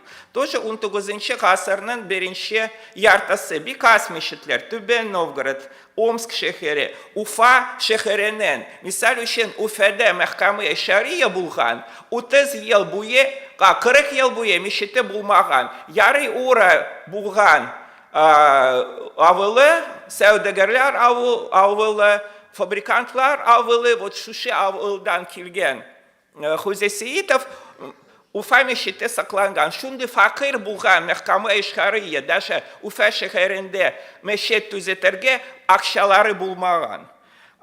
Ну и neste eğitesi kile. Вот biz hazır İtəbəz hazırge biz kişliyə millət, biz, так сказать, bir misalini getirəm. Mən 889 yılda nek Şihab Hazret Merşani ölgən yılı. Anda Mahkama-i Şer'iye okrugunda 3 milyon yarım kişi bulgan. Bütünüsü Tatarşada okugan. Hazırge vakitte misal getirəbiz, mən 939 yılda Rusiyada bulgan 3 milyon 900 min Tatar, alar Tatarşada söyleşkenler. Hazır sonғы isepke alı boyunca bizde 4 milyon Tatar. Вот dünyavi devleti bizde, meşetsiz, mektepsiz, biz bir kaya bara almayız. Şimdi uktirese 4 milyon tirese Tatarşada söyleşi targan kişi. İneste min eğitesi kilem. Вот biz eğitemiz Rusya imperiyasında az mesut meşitler bulgan Sibir'de. И вот inzur Neticesi Rusya imperiyasında meşet türlerge guberna üzerinde. Alar arasında Moskva, Sankt Peterburg, Arkhangelsk, Barnaul, Благовещенск на Амуре, Вятка, Екатеринодар da Tatar meşeti bulgan. Irkutsk, Түбен, Новгород, Пермь, Твор, Томск, Самара, Саратов, Сембер, Ставрополь, Тубыл. А вот РФ субъектlar Hazırge RF subyektleri merkezleri kayda meşetler bulgan. Vladikavkaz, no anda тоже Tatar meşeti bulgan. Kurgan, Port-Petrovsk, Makhachkala, Şunduk, Tatar meşeti bulgan. Novonikolayevsk, Novosibirsk, Rostov-na-Donu, Şilebe. No şimdi ebermin eğitese kile. Misal için Irak şirikta meşetler bulmagan. No emel için мектеплер булган, Владивосток, Хабаровск, Якутск, Алётминск. Вот хазар, так сказать, күп кешеләр килгән яракшырыктан. Анда татар мектепләре бар микән? Юк шул. И бер мисалны китерәм, кызганычка каршы аның йорты сакланмаган 20 ел элек аны, так сказать, тармар ителгән Ахмад Хади Мухсуди Мухалим Авал. Бу дәреслек, бу Элифба дигән китабы, но эме дини элементлар белән. Аның тиражы 1 миллион 200 мен артык булган. Вот татар элифбалары нинди тираж хазыр чыккан. Мин мисалны әйтәм, 1 миллион 200 мен дәне артык чыккан. Ну, медреселәр турында сүз бара. Вот без һәр вакыт әйтергә тиешбез, вот татар мәктәбе, татар медресе нигә? Вот мисал өчен киру имтиханнары. Мисал үшін Троицкийда, Татарстанда түгел, Троицкий Мухаммадия медресесі. Анда киру имтиханнары талепләре татаршада белергә. Әгәр син татаршада белмисен, син татаршада укый алмыйсың, яза алмыйсың, һәм бик яхшы талеп бар. Хареп теленен татаршага тәрҗемә, матур татар телендә татаршага тәрҗемә итәргә, һәм татаршада хутбә итәргә. Чөнки безгә вакытта әйтәбез, татар, так сказать, әдәбиятыбызның классиклары, акималар, медреседә укыган кешеләр, тарихчылар шулай. Хәтта сынлы сәнгать, Бакый Урманчы ул кая укыган? Ул Мухаммадия медреседә укыган. Кая укыган Султан Тагабеши, опера. Опера ул милли аның төп элементы. Сез беләсез, урысларда там Иван Сусанин беләсез, Борис Годунов кем аны эшләде. Мухаммадиядә укыган кеше. Фольклор, кем татар фольклорны төзегәннәр. Мухаммадия медресесендә 2 кеше, Хушабадиги һәм Наки Исанбет. И вот мин бер мисалны китерәм, хәзерге вакытта чыга, так сказать, татар фразеологик сүзлеге. Анда азрак та сүзләр бар. То есть Наки Исанбет вакытында бигрәк тә сүзләр булган. Чөнки без беләбез, нинди ул Совет Шураның татар теле. Без беләбез. Вот безгән атаклы түрәләребез әйткән, без комсомолецлар булган, без пионерлар булган, мин дә булдым. И мен эле хәтерлим социалистик Татарстан газетасының сүзлеге. Правда газетасында 3 мен сүзе булган. Чөнки яртынадан кешесе Правда газетаны аңласын. Вот шушы социалистик Татарстанда ала берсе, так сказать, 2 мен татар сүзләре булган, 1 мен интернационалистик, социалистик һәм башкалары. Милли дини сүзләр бөтенләй булмаган. Вот без хәзер әйтәбез, каян алабыз без шушы кадларны, а без каян аларны алабыз. Мектеп булмаса да, медресе булмаса да. Һәм соңгы әйбер әйтәсе киләм Җәмгыятул Хәйрия турында. Җәмгыятул Хәйрия ул мәхәллә мөхтәвалиятеннән башлаган кеше. Мисал өчен Казанда 17 җәмгыять булган. То есть 17 һәр мәхәллә үзенең тормышы белән яшәгән, ләкин шәһәр күләмендә, так сказать, бер нормаль медресе булырга тиеш, Мухаммадия медресе, бер нормаль шифахана булырга тиеш, бер нормаль газет булырга тиеш, 17 газет у нормаль ретле, так сказать, медресе була алмый. Вот Казанда, Оренбургта, но гына түгел, без шушы сүзлектә җиһан эде мәгълүматлар 67 мәкалә Җәмгыяте Хәйрия турында. И безгә әйтәләр, Себердә Җәмгыяте Хәйрия булмаган. Бу дөрес түгел, Себердә булган. Безгә әйткәннәр, вот Крым буенча без Илья Владимировичка бик зур рәхмәт. Чөнки без җиһан Крым сүзлеге, әгәр Илья Владимирович булмаса, бу әйбер була алмый. Крымда Җәмгыяте Хәйрия булган. Безгә әйткәннәр, Кавказда Җәмгыяте Хәйрия булмаган. Бу дөрес түгел. Хәзер алар Дагыстан җирендә, Осетия җирендә, Кабардино-Балкар җирендә, Чечня җирендә, ингушлар арасында, Черкеш Җәмгыять Хәйриясе ул Екатеринодар, хәзер Краснодар шәһәрендә булган. Мин нәрсә әйтәсе килә? Бездә көчле, бездә хәзер Сабантуй бар. Бер, так сказать, елда бер тапкыр Biz Tatarlar itip kürsətəbiz. Emelekin. Kürsəterge tiyeş gün sayın.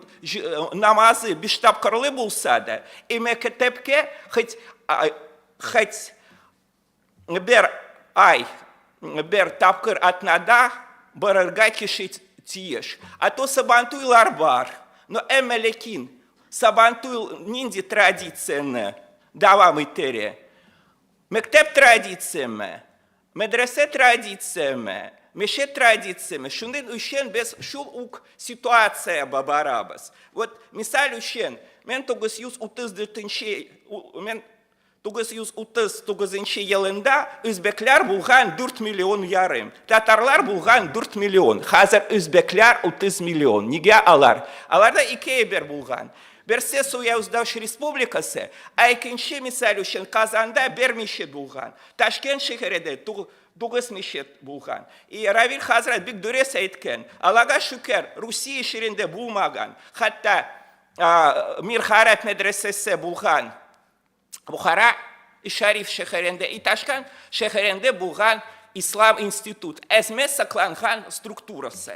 Songi bir etsekilam.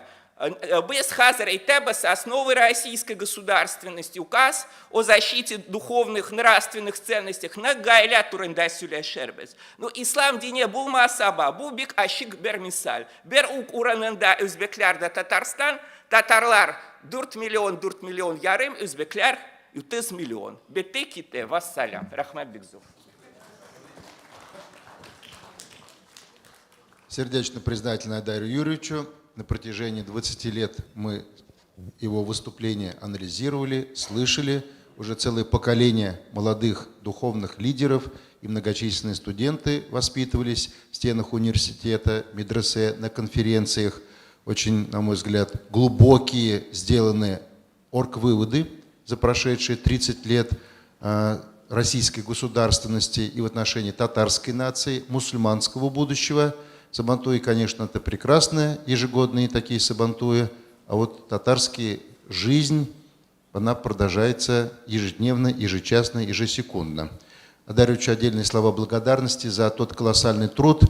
Вот вы видите на столе результат 20-летней работы коллектива из 700 ведущих российских ученых в различных отраслях науки, начиная от археологии, истории, политологии, социологии, философии, кончая самыми такими редкими, экстравагантными науками, которые имеют место быть в последнее время. И вот Айдар Юрьевич, как один из таких активных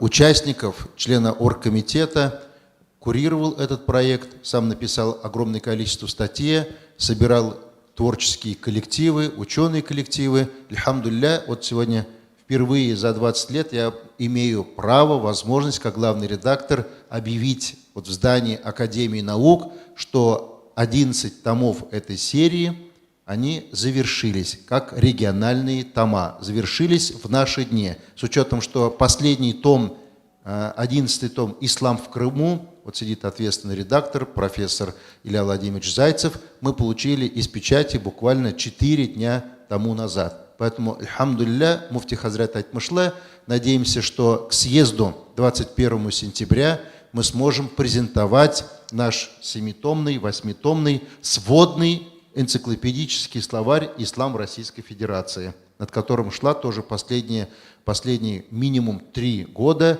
дополнительная работа по редактированию абсолютно всех статей и внесение правок многочисленных и вот облагораживание этого проекта. Рахмат Айдарович, за ваш огромный труд.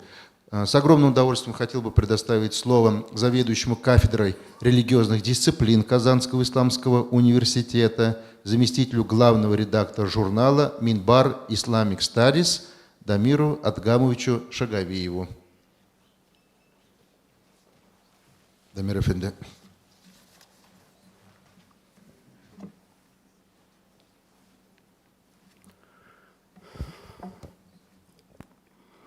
بسم الله الرحمن الرحيم الحمد لله رب العالمين والصلاة والسلام على رسول الكريم وعلى آله وصحبه أجمعين أما بعد السلام عليكم ورحمة الله وبركاته. Мухтарам Джумаат, Мухтарам Президиум, уважаемые гости, ученые. Немножко эмоции переполняет. Равиль Хазрат, вы можете передать, что человек, который с крымско-татарской крови, здесь тоже есть.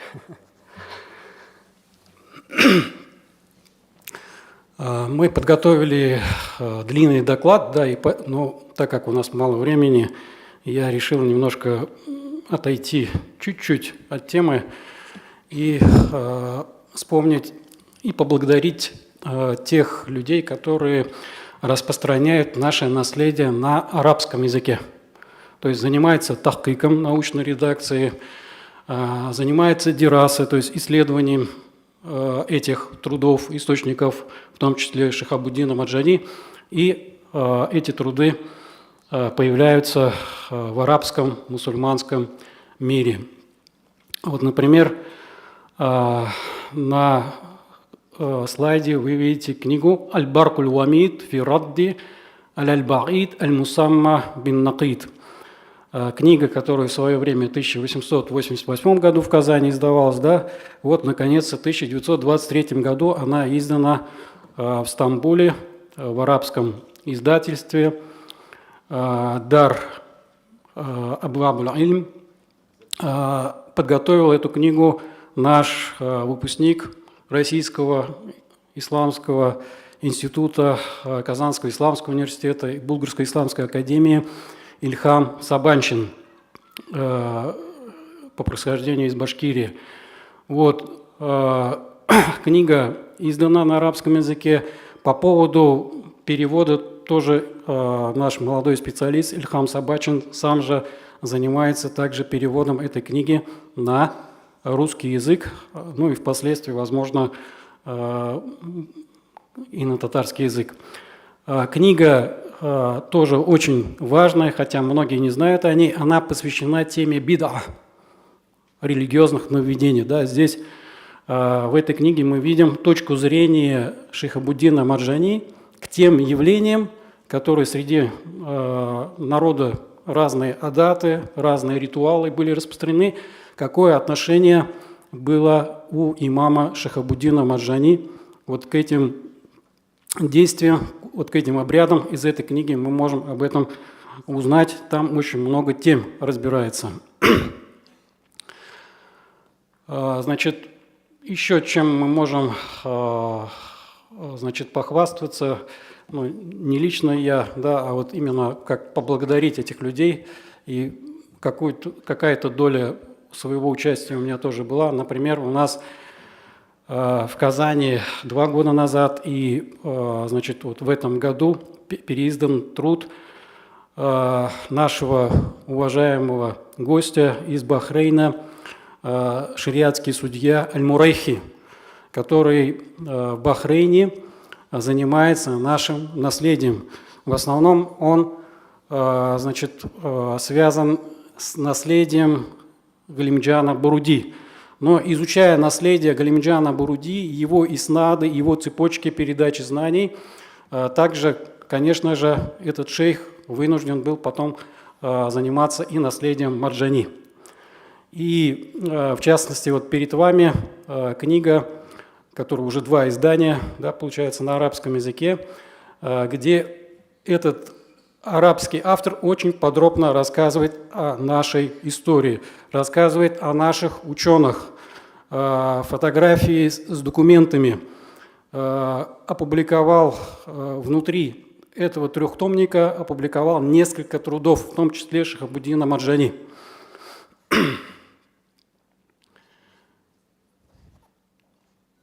Также шейх Мурайхи завершил буквально недавно книгу «Аль-Хикматуль Балига».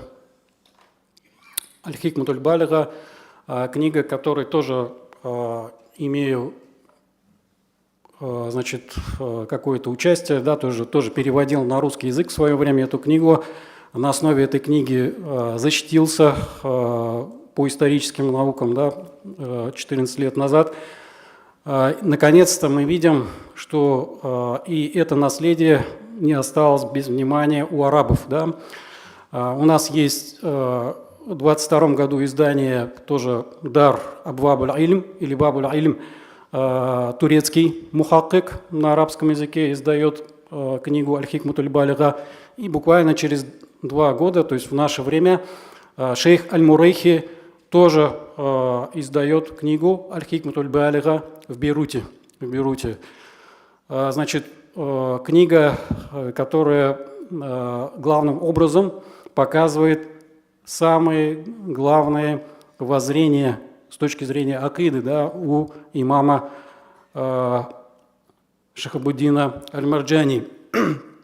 Кроме этой книги, конечно, есть и другие книги, да, по акиде, но труд, который еще остался неизученным и который относится тоже к акиде, и труд более подробный, он еще, к сожалению, в настоящее время не издан в арабском мире, но издавался в Стамбуле неоднократно. Это другой труд, его Хашия на Шарх Аль-Джаляль, труд, который связан с ашаритской акидой. И для наших ученых, для специалистов примечательно, да, как этот человек, татарский ученый Шихабуддин Марджани, в то время, более 100 лет назад, комментировал ашаритский символ веры.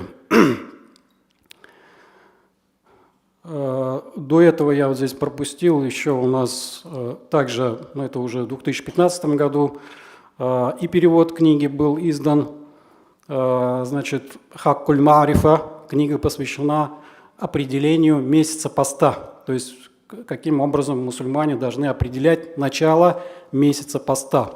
«Хаккуль Маарифа». Вот книга была переведена на русский язык. До этого также был подготовлен тахкик другим нашим другом и гостем. Какое-то время он преподавал в Бургской исламской академии. Это доктор Люай Аль-Халили. То есть вот он подготовил книгу, а внутри на самом деле целых 3 труда Марджани в одной книге. Там есть также Аль-Фавайд Аль-Мухимма, книга, которая посвящена коронаведению, истории Мусхафа. Там же есть еще небольшой труд, который Аль-Хакуль Мубин, который посвящен частично коронаведению и частично вопросам акиды. Ну, в принципе, вот то, что я хотел донести. То есть еще чем заниматься, то есть, к сожалению, вот как наш коллега, американский ученый татарского происхождения Шамиль Улай, он говорил, что возможно что-то мы еще обнаружим, а возможно что-то мы уже не обнаружим, что-то утеряно, к сожалению, да, что-то утеряно. Вот когда я полностью проверял весь список вот этих изданий, более 30 изданий и рукописей у Шихабуддина Марджани, это и по истории, и по теологии, есть труды по лингвистике, но, к сожалению, часть трудов пока не найдена, да, то есть, или, возможно, утеряна.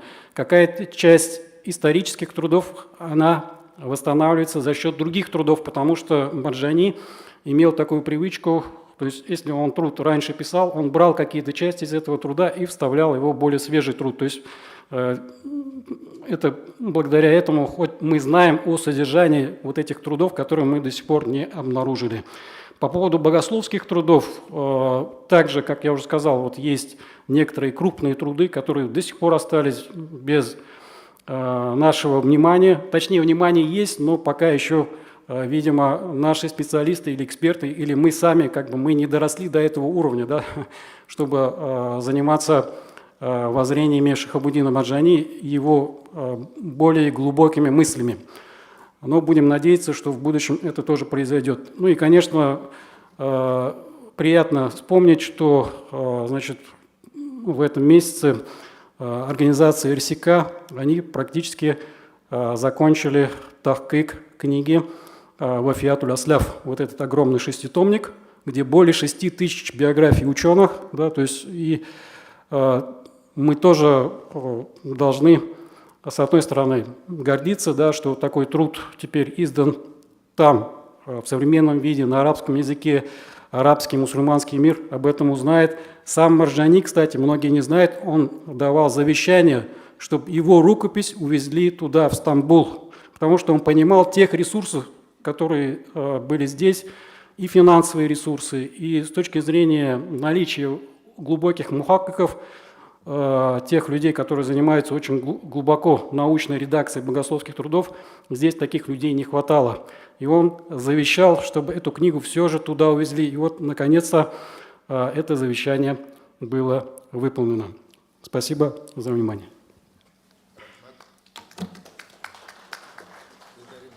Благодарим, Дамир Эфенди. Благодарим наших казанских коллег за вот тот огромный труд по воссозданию отечественного богословского наследия. Мы все понимаем, что мы и сами обязаны познакомиться с этим наследием на разных языках. И на языке оригинала, на котором писали авторы, они писали и на арабском, и на фарси, и на османском, и, конечно же, на татарском языке. И вот переведенные труды, популяризированные труды, они предоставляют нам такую возможность. Но еще более приятно, когда об этих трудах наших ученых узнают во всем исламском мире. И надеюсь, что недалек тот день, когда мы сможем перевести и на английский язык, чтобы, в принципе, весь интеллектуальный мир, англоговорящий, англомыслящий, смог познакомиться с теми мыслями, которые наши российские мусульмане разделяли. Я прошу наших дорогих имамов набраться буквально еще небольшого временного отрезка терпения, буквально 10-12 минут, «Инна Аллах ма'ас-сабирин», как говорится, и с удовольствием хочу предоставить слово Гульфие Юнус-Казе, Гульфие Юнусовне Хабибулиной, кандидату педагогических наук, директору Центра развития исламского образования Московского исламского института. С презентацией впервые, наконец-то, вышли на татарском языке, на языке оригинала труды Мусы Джаруллаха Бегиева и впервые презентуется сегодня здесь, в Казани, в Академии наук. Исәнмесез, кадерле милләттәшләрем. Бүген мин шундый зур куанышлар кичерәм. Иртәдән кичкә кадәр татар телендә генә сөйләшәләр. Татарстан Фәннәр Академиясында да татарча чыгышлар яңгырый. Һәм тагын бер куаныш, Муса Жарулла, безнең шөһрәтле галимабыз Муса Жаруллах Бегиевның китаплары татарчада чыга башлады. Рус телендә чыккан иде инде. Менә хәзер татарчада аның чираттагы 10 китабы чыгарылачак, бастырылып чыгарылачак. Бу Муса Жаруллах Бегиевның кайсы әсәре зуррак әһәмияткә ия дип әйтә торган түгел, чөнки һәр әсәре безнең өчен бүгенге көндә дә актуаль, ягъни әһәмиятле һәм бик зур. Аны бу китапларны укыган вакытта аның фикер йөртү рәвешенә карап гаҗәпләнәсең. Хәзер без менә үзебезнең фәнни эшләребезне язганда, мәкаләләр язганда алай итеп фикерләп тә булмый дип исәплим мин. Шуңа күрә Муса Жаруллах Бегиев безне бүгенге көндә дә укыта. Китаплар Муса Бегиев язган иске татар телендә язган китапларны аны тәрҗемә итүче, тәрҗемәче һәм җаваплы мөхәррир Айдар Хәйретдинов. Һәм бу китаплар Медина нәшрият йортында басмага әзерләнелде. Мәскәү Ислам институты хезмәткәрләре һәм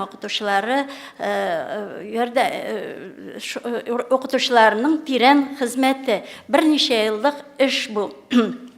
Бу һәм китап ислам мәдәниятен, фәнен һәм мәгарифен торгызу фондының матди катнашы белән әзерләнеп басылды.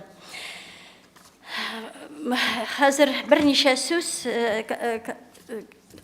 китаплар турында. Мәсәлән, беренчесен мин инде әйттем, кайсысы мөһимрәк, кайсысы әһәмиятлерәк дип әйтеп булмый.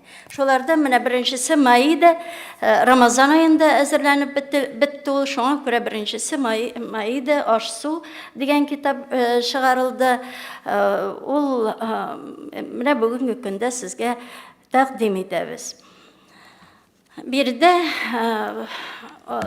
билгеле, кайсы нинди ризыклар ашарга ярый, нинди ризыклар ашарга ярамый турында Муса Жаруллах Бегиев фикер йөрткән Коръән аятлары белән.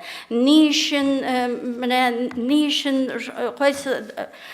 кайсы да булса ризыкны ашарга ярамаганлыгын исбат иткән. Һәм ул яза, барлык нәрсә дә Аллаһ Тәгалә бар иткән нәрсәләр, бар да нинди дә булса файдага ия ди. Ләкин аның куллану урынын белергә кирәк дип яза. Һәм бу китапны безнең инде хәзер вакыт юк, мин өзекләрдә укырга җыенган идем. Шуңа күрә сезнең алып, сатып, аны таратырларда безнең Мәдинә нәшрият йорты күбесенчә китапларны бушка да өләшә. Мин өметләнәм, сез аны рәхәтләнеп укырсыз. Шул исәптән бире дә факсимиле, иске татар телендә язылган нөсхәсе дә бирелгән. Әгәр укый белгән кешеләр булса, андыйлар инде әз калып бара бит. Шуңа күрә чагыштырып укып та була татарчасы. Русча китаплар бар, шушындый ук тышта, зәңгәр тышлы, хәтта русчасы белән татарчасын да чагыштырып буламысы, бигрәк тә безнең яшьләребез өчен файдалы булачак. Мәсәлән, Мөхәммәдия мәдрәсәсендә очрашу вакытында миңа әйткәннәр бар. Фәнни эш язар өчен татарча китаплар юк дип. Менә хәзер татарчасы да бар, русчасы да бар, укырга гына кирәк. Шушы укучы кешеләребезне югалтып бетермәскә кирәк. Икенчесе, мәйет яндыру мәсьәләсе Дәүләт Думасында дигән китап. Менә бу китапны да шушылай иң беренче мин корректор. Һәм бәлки кайбер нәрсәләрне тәрҗемә итәргә дә туры килде. Миңа да, мәсәлән, һәр китапның башында предисловие, кереш сүз, Дамир хәзрәтнең кереш сүзе шул кадәр тирән мәгънәгә ия кереш сүз шундый итеп аңлаткан, шуны миңа татарча тәрҗемә итәргә туры килде. Һәм бик әйбәт тирәнтен кереш сүзләр. Менә шушы мәйет яндыру мәсьәләсе дигән китапны ачканда минем исем китте. 17 елда барлык Дәүләт Думасына куела бу мәсьәлә, барлык мәйетләрне яндырырга дигән сүз. Һәм анда инде закон лаихасы, закон проекты анда исбат ителә. Каберләр күбәя, зиратлар зурая, урын калмаячак, фәләнче елда фәләнче дип бөтенесе. Әлбәттә Дәүләт Думасына инде бик каты тикшерелгән сораулар куя. Менә шунда берничә мөселман була. Шушы мөселманнар 4-нче чакырылыш Дәүләт Думасындагы 4-5 мөселман Муса Бегиевка мөрәҗәгать итә. Менә шушындый закон, проект әзерләнгән, син моны Коръәнгә таянып исбат ит, мөселманнарны яндырырга ярамый икән. Менә шуларны уйлыйсың, 17 елда нәрсә генә булмаган, күпме бөтен дөнья әйләнгән, тормыш әйләнгән, яндырырлар иде. Безне дә Allah сакласын. Шушында Муса Бегиев шулай итеп яза, исең китә, исбат итә. Һәм бу закон проекты уже кире кагыла. Менә бу китапны обязательно укырга кирәк. Мәйет яндыру мәсьәләсе Дәүләт Думасында.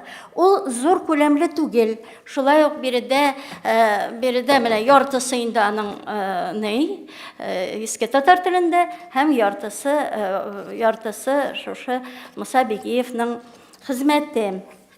Һәм биредә сүзләр дә гарәп теленнән тәрҗемә ителгән сүзләр, ничек язылышы, менә безнең бит язылышыбыз хәзерге татар телендә гарәп сүзләрен бирү инде ике төрле кирип китте. Мәсәлән, җихад дигән сүзне генә иҗтихадны ахырына т хәрефе куеп языла иде. Рус телендә китаплар да д хәрефе куелып бирелде, иҗтихадды. Хәзер менә шушы китаплар нәтиҗәсендә минемчә алга таба бөтен китаплары да чыгып беткәч илаһият сүзлеге дә булдырылыр. Бу сүзләр ничек языла икәнлеге нәтиҗә ясалыр дип өметләнәм. Эшләр күп әле, менә әле генә миннән алда чыгыш ясаган коллегабыз әйтте, эшләр күп әле, иншалла шулай эшләргә насыйп булсын. Сезгә шушыны укырга насыйп булсын. Рахмат, Гөлфия ханым, зур хезмәтегез өчен. Әлбәттә, сезнең гәзипләрегез. Сигезгә төшерәм, мөхтәрәм җәмәгатул муслимин. В этом году мы уже начали отмечать 150-летие со дня рождения Мусы Джаруллаха Бегиева. Вы знаете, дата в науке устоявшейся науки спорное. Его правопреемники, наследники говорят о том, что 150 лет – это 24-й год. При этом же турецкое академическое сообщество, которое больше всего посвятило изучению наследия Мусы Джаруллаха Бегиева, напомню, порядка 20 людей защитили кандидатские диссертации, PhD, написали магистерские или иные исследования по отношению к Мусе Джаруллаха Бегиева. Поэтому, когда найдете оригинальное издание Мусы Джаруллаха Бегиева, которое продается в Турции во всех книжных магазинах, не удивляйтесь, что в предисловии вы прочитаете «Наш турецкий ученый Муса Джаруллаха Бегиева». Это вопрос к нам, ко всем, насколько мы отрефлексировали, осмыслили наследие Мусы Бегиева, что турки спокойно заявляют «наш турецкий ученый», а не «ваш татарский ученый». Поэтому в одних документах упоминается его рождение 25-й год, поэтому в этом году, в последующем году мы отмечаем 150-летие, и, иншаллах, эметлянабис, надеемся, что все его 50 известных нам его работ будут изданы на русском, татарском языке и на языке оригиналов, чтобы мы, желающие читать по-арабски, по-турецки, языке татар и мляблян, могли прочитать и обогатить себя. Рахмет, чегышларгас için Гульфия ханум. Соңғы чегышыбыз, мухтарам джамаат муслимин, Ильхам Гусманулы Умеровке берілі, сөз берілі, филология фәннәрі кандидаты, Татарстан фән академия Тел, Әдәбият һәм сәнгать институтының язма мирас үзәге мөдире. Бисмиллахир-рахманир-рахим. Хөрмәтле җәмәгать, мөхтәрәм президиум. Татарстан фәннәр академиясе галимнәре тарафыннан инде менә берничә дистә ел дәвамында гарәп графикасында язылган мирасны кире халыкка кайтару эше эзлекле рәвештә дәвам итеп алып барыла. Бу эшне ничек барганлыгын Шаһабиддин Мәрҗани мирасына мөнәсәбәттә дә күрергә, чамаларга мөмкин. Барыбызга да мәгълүм, 2018 елда Шаһабиддин Мәрҗанинең тууына 200 ел булу датасы илкүләп билгеләп узган иде. Шул уңайдан Татарстан фәннәр академиясе Тел, әдәбият һәм сәнгать институтының язма мирас үзәге галимнәре тарафыннан Мәрҗани мирасын фәнни өйрәнүгә багышланган 3 китап укучылар игътибарына тәкъдим ителде. Аларның берничәсе инде безнең коллегаларның менә алда ясаган чыгышларында да яңгырап үтте. Беренче китап Рухи мирас эзләнүләр һәм табышлар сериясенең 6-нчы чыгарылышы буларак нәшер ителде. Биредә Мәрҗани тормышына, аның дини һәм гыйльми мирасына багышланган документлар урын алдылар. Әйтик, Мәрҗанинең 3 дистәгә якын дини, фәлсәфи, тарихи әсәрләр язганлыгы мәгълүм, аларның 99% гарәп телендә. Мәрҗани хезмәтләренең тәрҗемәләренә ихтияҗның бүген дә зур булуы истә тотып, галимнең гарәп телендә язылган 2 әсәре Әл-Фаваид әл-Мухимма һәм Әл-Хак әл-Мубин исемле әсәрләре рус теленә беренче тапкыр тәрҗемә итеп бирелделәр. Сүз уңайыннан шуны да әйтим, әлеге китапның иң мөһим ягы да нәкъ менә бу җыентыкта моңа кадәр дөнья күрмәгән текстлар, яисә моңа кадәр гарәп графикасында басылып та фән мәйданыннан, укучылар игътибарыннан читтә кала килгән текстлар.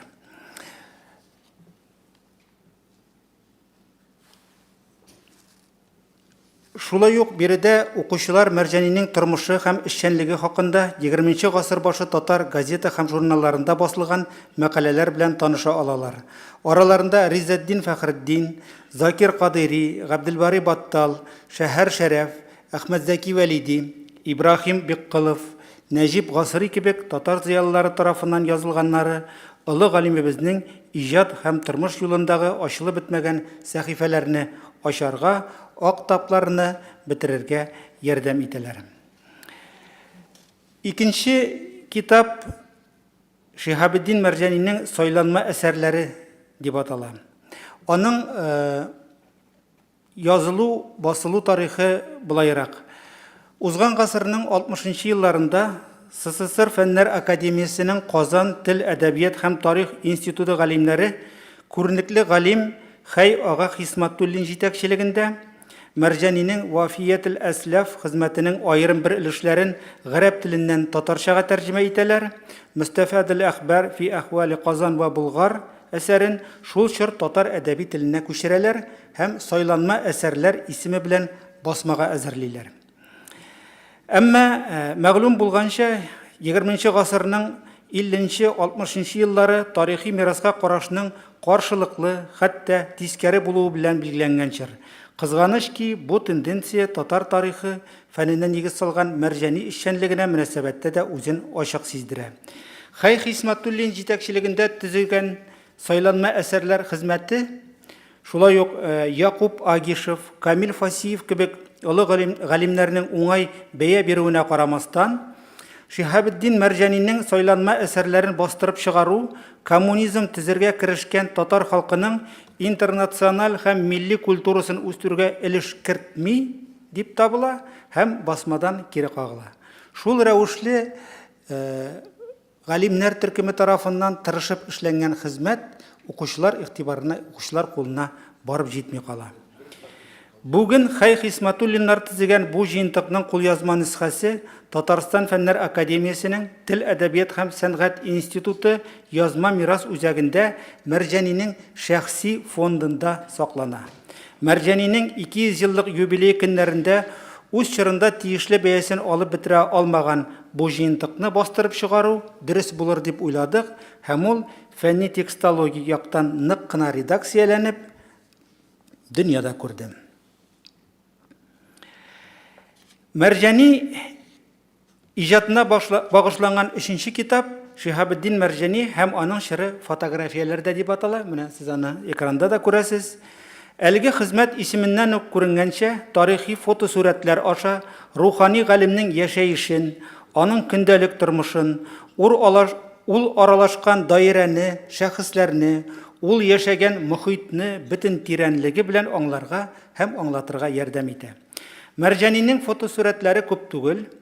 Дөресрәк әйткәндә, ул укучыларга 1870 елларда Казанда Герман Локке фото салонында төшкән сурәте аша гына таныш. Менә аны монда күрергә мөмкин. Беренче фото. Хәтта шундый легендада риваятта яшәп килә. Мәрҗәни имеш фотога төшәргә нык каршы булган. Бу сурәттән дә Британия энциклопедиясе өчен дип сорагач кына әлеге сурәтне алдырырга ризалыгын биргән дигән фикерләр яшәп килә. Әлмә күп булмаса да, аның башка сурәтләре дә булуы әлеге фикерне кире кага. Мәрҗәни хәзрәтләре фотография сәнгатенең мәдәни һәм техник прогрессның бер өлеше булуын яхшы төшенгән әлбәттә. Менә бу слайдта без күрәбез, уртада торган сурәтнең астына Шиһабеддин Мәрҗәни хәзрәтләре 45 яшендә төшкән фотосурәт дип язылган һәм тагын бер менә кырыйдагы сурәте бирелгән. Ул шулай ук инде гомеренең уртасында төшкән дип күрсәтергә мөмкин. Шиһабеддин Мәрҗәни һәм аның чыры фотографияләрдә хезмәтендә 3 телдә рус, татар һәм инглиз телләрендә гади һәм аңлаешлы итеп мөхтәрәм галимебезнең тормышы һәм дини гыйльми эшчәнлеге турында сөйләнелә. Шуңа күрә бу китап мәктәп яшендәге балалар, яшүсмерләр өчендә, галим-гөләма өчендә бердәй кызык һәм мавыктыргыч дип уйлыйм. Инде менә җитәкчелек монда булмаса да әйтеп үтәргә кирәктер. Дөнья күргән әлеге хезмәтләр, әлеге 3 китап, аларның тиражлары әллә ни күп түгел, 500 тираж белән дөнья күрделәр. Инде алар шушук елларда таралып та беттеләр. Мәрҗәни хезмәтләренә, аның тәрҗемәләренә ихтияҗ әлбәттә бик зур. Шуңа күрә, әгәр дә мөмкинлек булган очракта, алар кабаттан басылып чыкса, ул әлбәттә яхшы, күңелле күренеш булыр иде. Кыска гына тагын бер генә фикеремне әйтәм дә, тагын бер хезмәт хакында һич әйтми мөмкин түгел, ул да булса, 12 гасырда яшәгән һәм иҗат иткән Сөләйман бине Давыд Суари Саксини дигән безнең шундый күренекле руханыбыз яшәгән. У нас запись, телевизионной записи есть. Шуңа күрә Бетерәм. Менә шушы хезмәт басылып чыкты.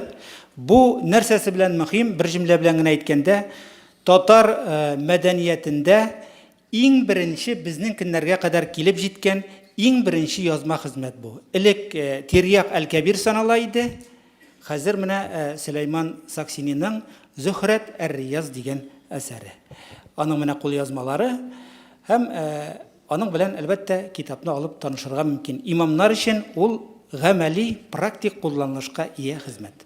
Рәхмәт бик зур. Рәхмәт зур итеп. Хөрмәтле хәзрәтләр, имгак ясарга вакыт килде. Имгаклыбыз. Барчаларыгызга зур рәхмәтләр. Сабыр иттереп, игътибар иттереп тыңладыгыз, чыгышларны тыңладыгыз. Алимларыбызга Аллаһ Тәгалә хәзрәтләре ярдәмнәр бирсен. Киләчәктә шундый күркәм чыгышларны ясарга дәвам итәргә, илм юлында, дин юлында, милләт юлында, динебезгә, милләтебезгә хәерле изге амәлләр кылырга дәвамларын насыйп кылса иде. Дамир хәзрәт Шагавиев одну мысль сказал, я хотел бы завершить этим. Вот Марджани хазратляры завещал, чтобы его главный фундаментальный труд всей его жизни, шеститомник Вафиятуль Аслав, передали в Стамбул. Где-то в глубине души Шихабуддин Хазрат считал, что благодарных читателей, исследователей, издателей не найдется у него на родине. Как подвел некий итог этому Дамир Эфенди, что вот көч, сила, мысли, возможности, инструментария, чтобы издать подобный фундаментальный труд, может оказаться только у турецких коллег совместно с арабскими учеными. Это грустно осознавать, осмыслять, хотя в доле правды в этом есть, но вот все наши последние конференции, издание 11-томного энциклопедического словаря, многочисленные книги, которые мы самостоятельно в России, привлекая наших ученых, наших специалистов, говорят об обратном, что благодарные последователи, читатели, исследователи и у Шахабуддина Марджани, и у Хусаина Фаизханова, и у Мусы Джаруллаха Бегиева есть у себя на родине. Время было разбрасывать камни, время собирать камни. Поэтому выражаю надежду, что не только будущие поколения, а мы все с вами, уже получив возможность, не выходя из дома, лежа у себя на диване или в саду, читать книги на любимом, понятном, доходчивом на тебя языке, предоставляет возможность окунуться в эту глубочайшую мысль исламской интеллектуальной мысли 19-20 столетий. Шахабуддин Марджани хазрәтнең рухы шад булсын, Аллаһ Тәгалә хазрәтләре һәммәбездән риза булсын, киләчәктә сау исән очрашырга безнең Казан шәһәребездә, Татарстан Җумһуриятендә барчабызга насыйп ва мәсәр кылса иде. Еще раз благодарность нашему дорогому Раису, президенту республики, за возрождение, за то, что мы действительно не стесняемся сказать, что мин татарин, мин татар баласы, за то, что вот мы, имамлар, муллалар, вряд ли, не то что 40-50 лет назад, да даже 10 лет назад не могли мечтать, что мы соберемся в главном зале Президиума Академии наук, вот здесь, на этой площадке, и будем презентовать наши труды наравне с академическими учеными. Альхамдулилля, Аллахка бихисаб шикр. Еще раз всем признателен, благодарен устроителям. Ассаляму алейкум ва рахматуллахи ва баракату. Рахмат.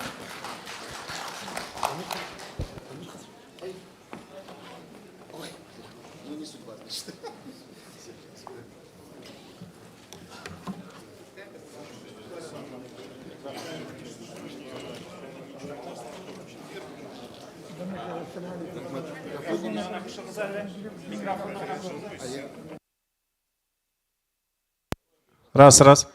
Хөрмәтле хәзрәтләребез, безнең программа нигезендә 2-3 минут калды. Рәхим итегез автобусларга. Хәзер барабыз Хәләл маркетка. Шуңа күрә рәхим итеп, прошу всех пройти к автобусам. У нас очень мало времени.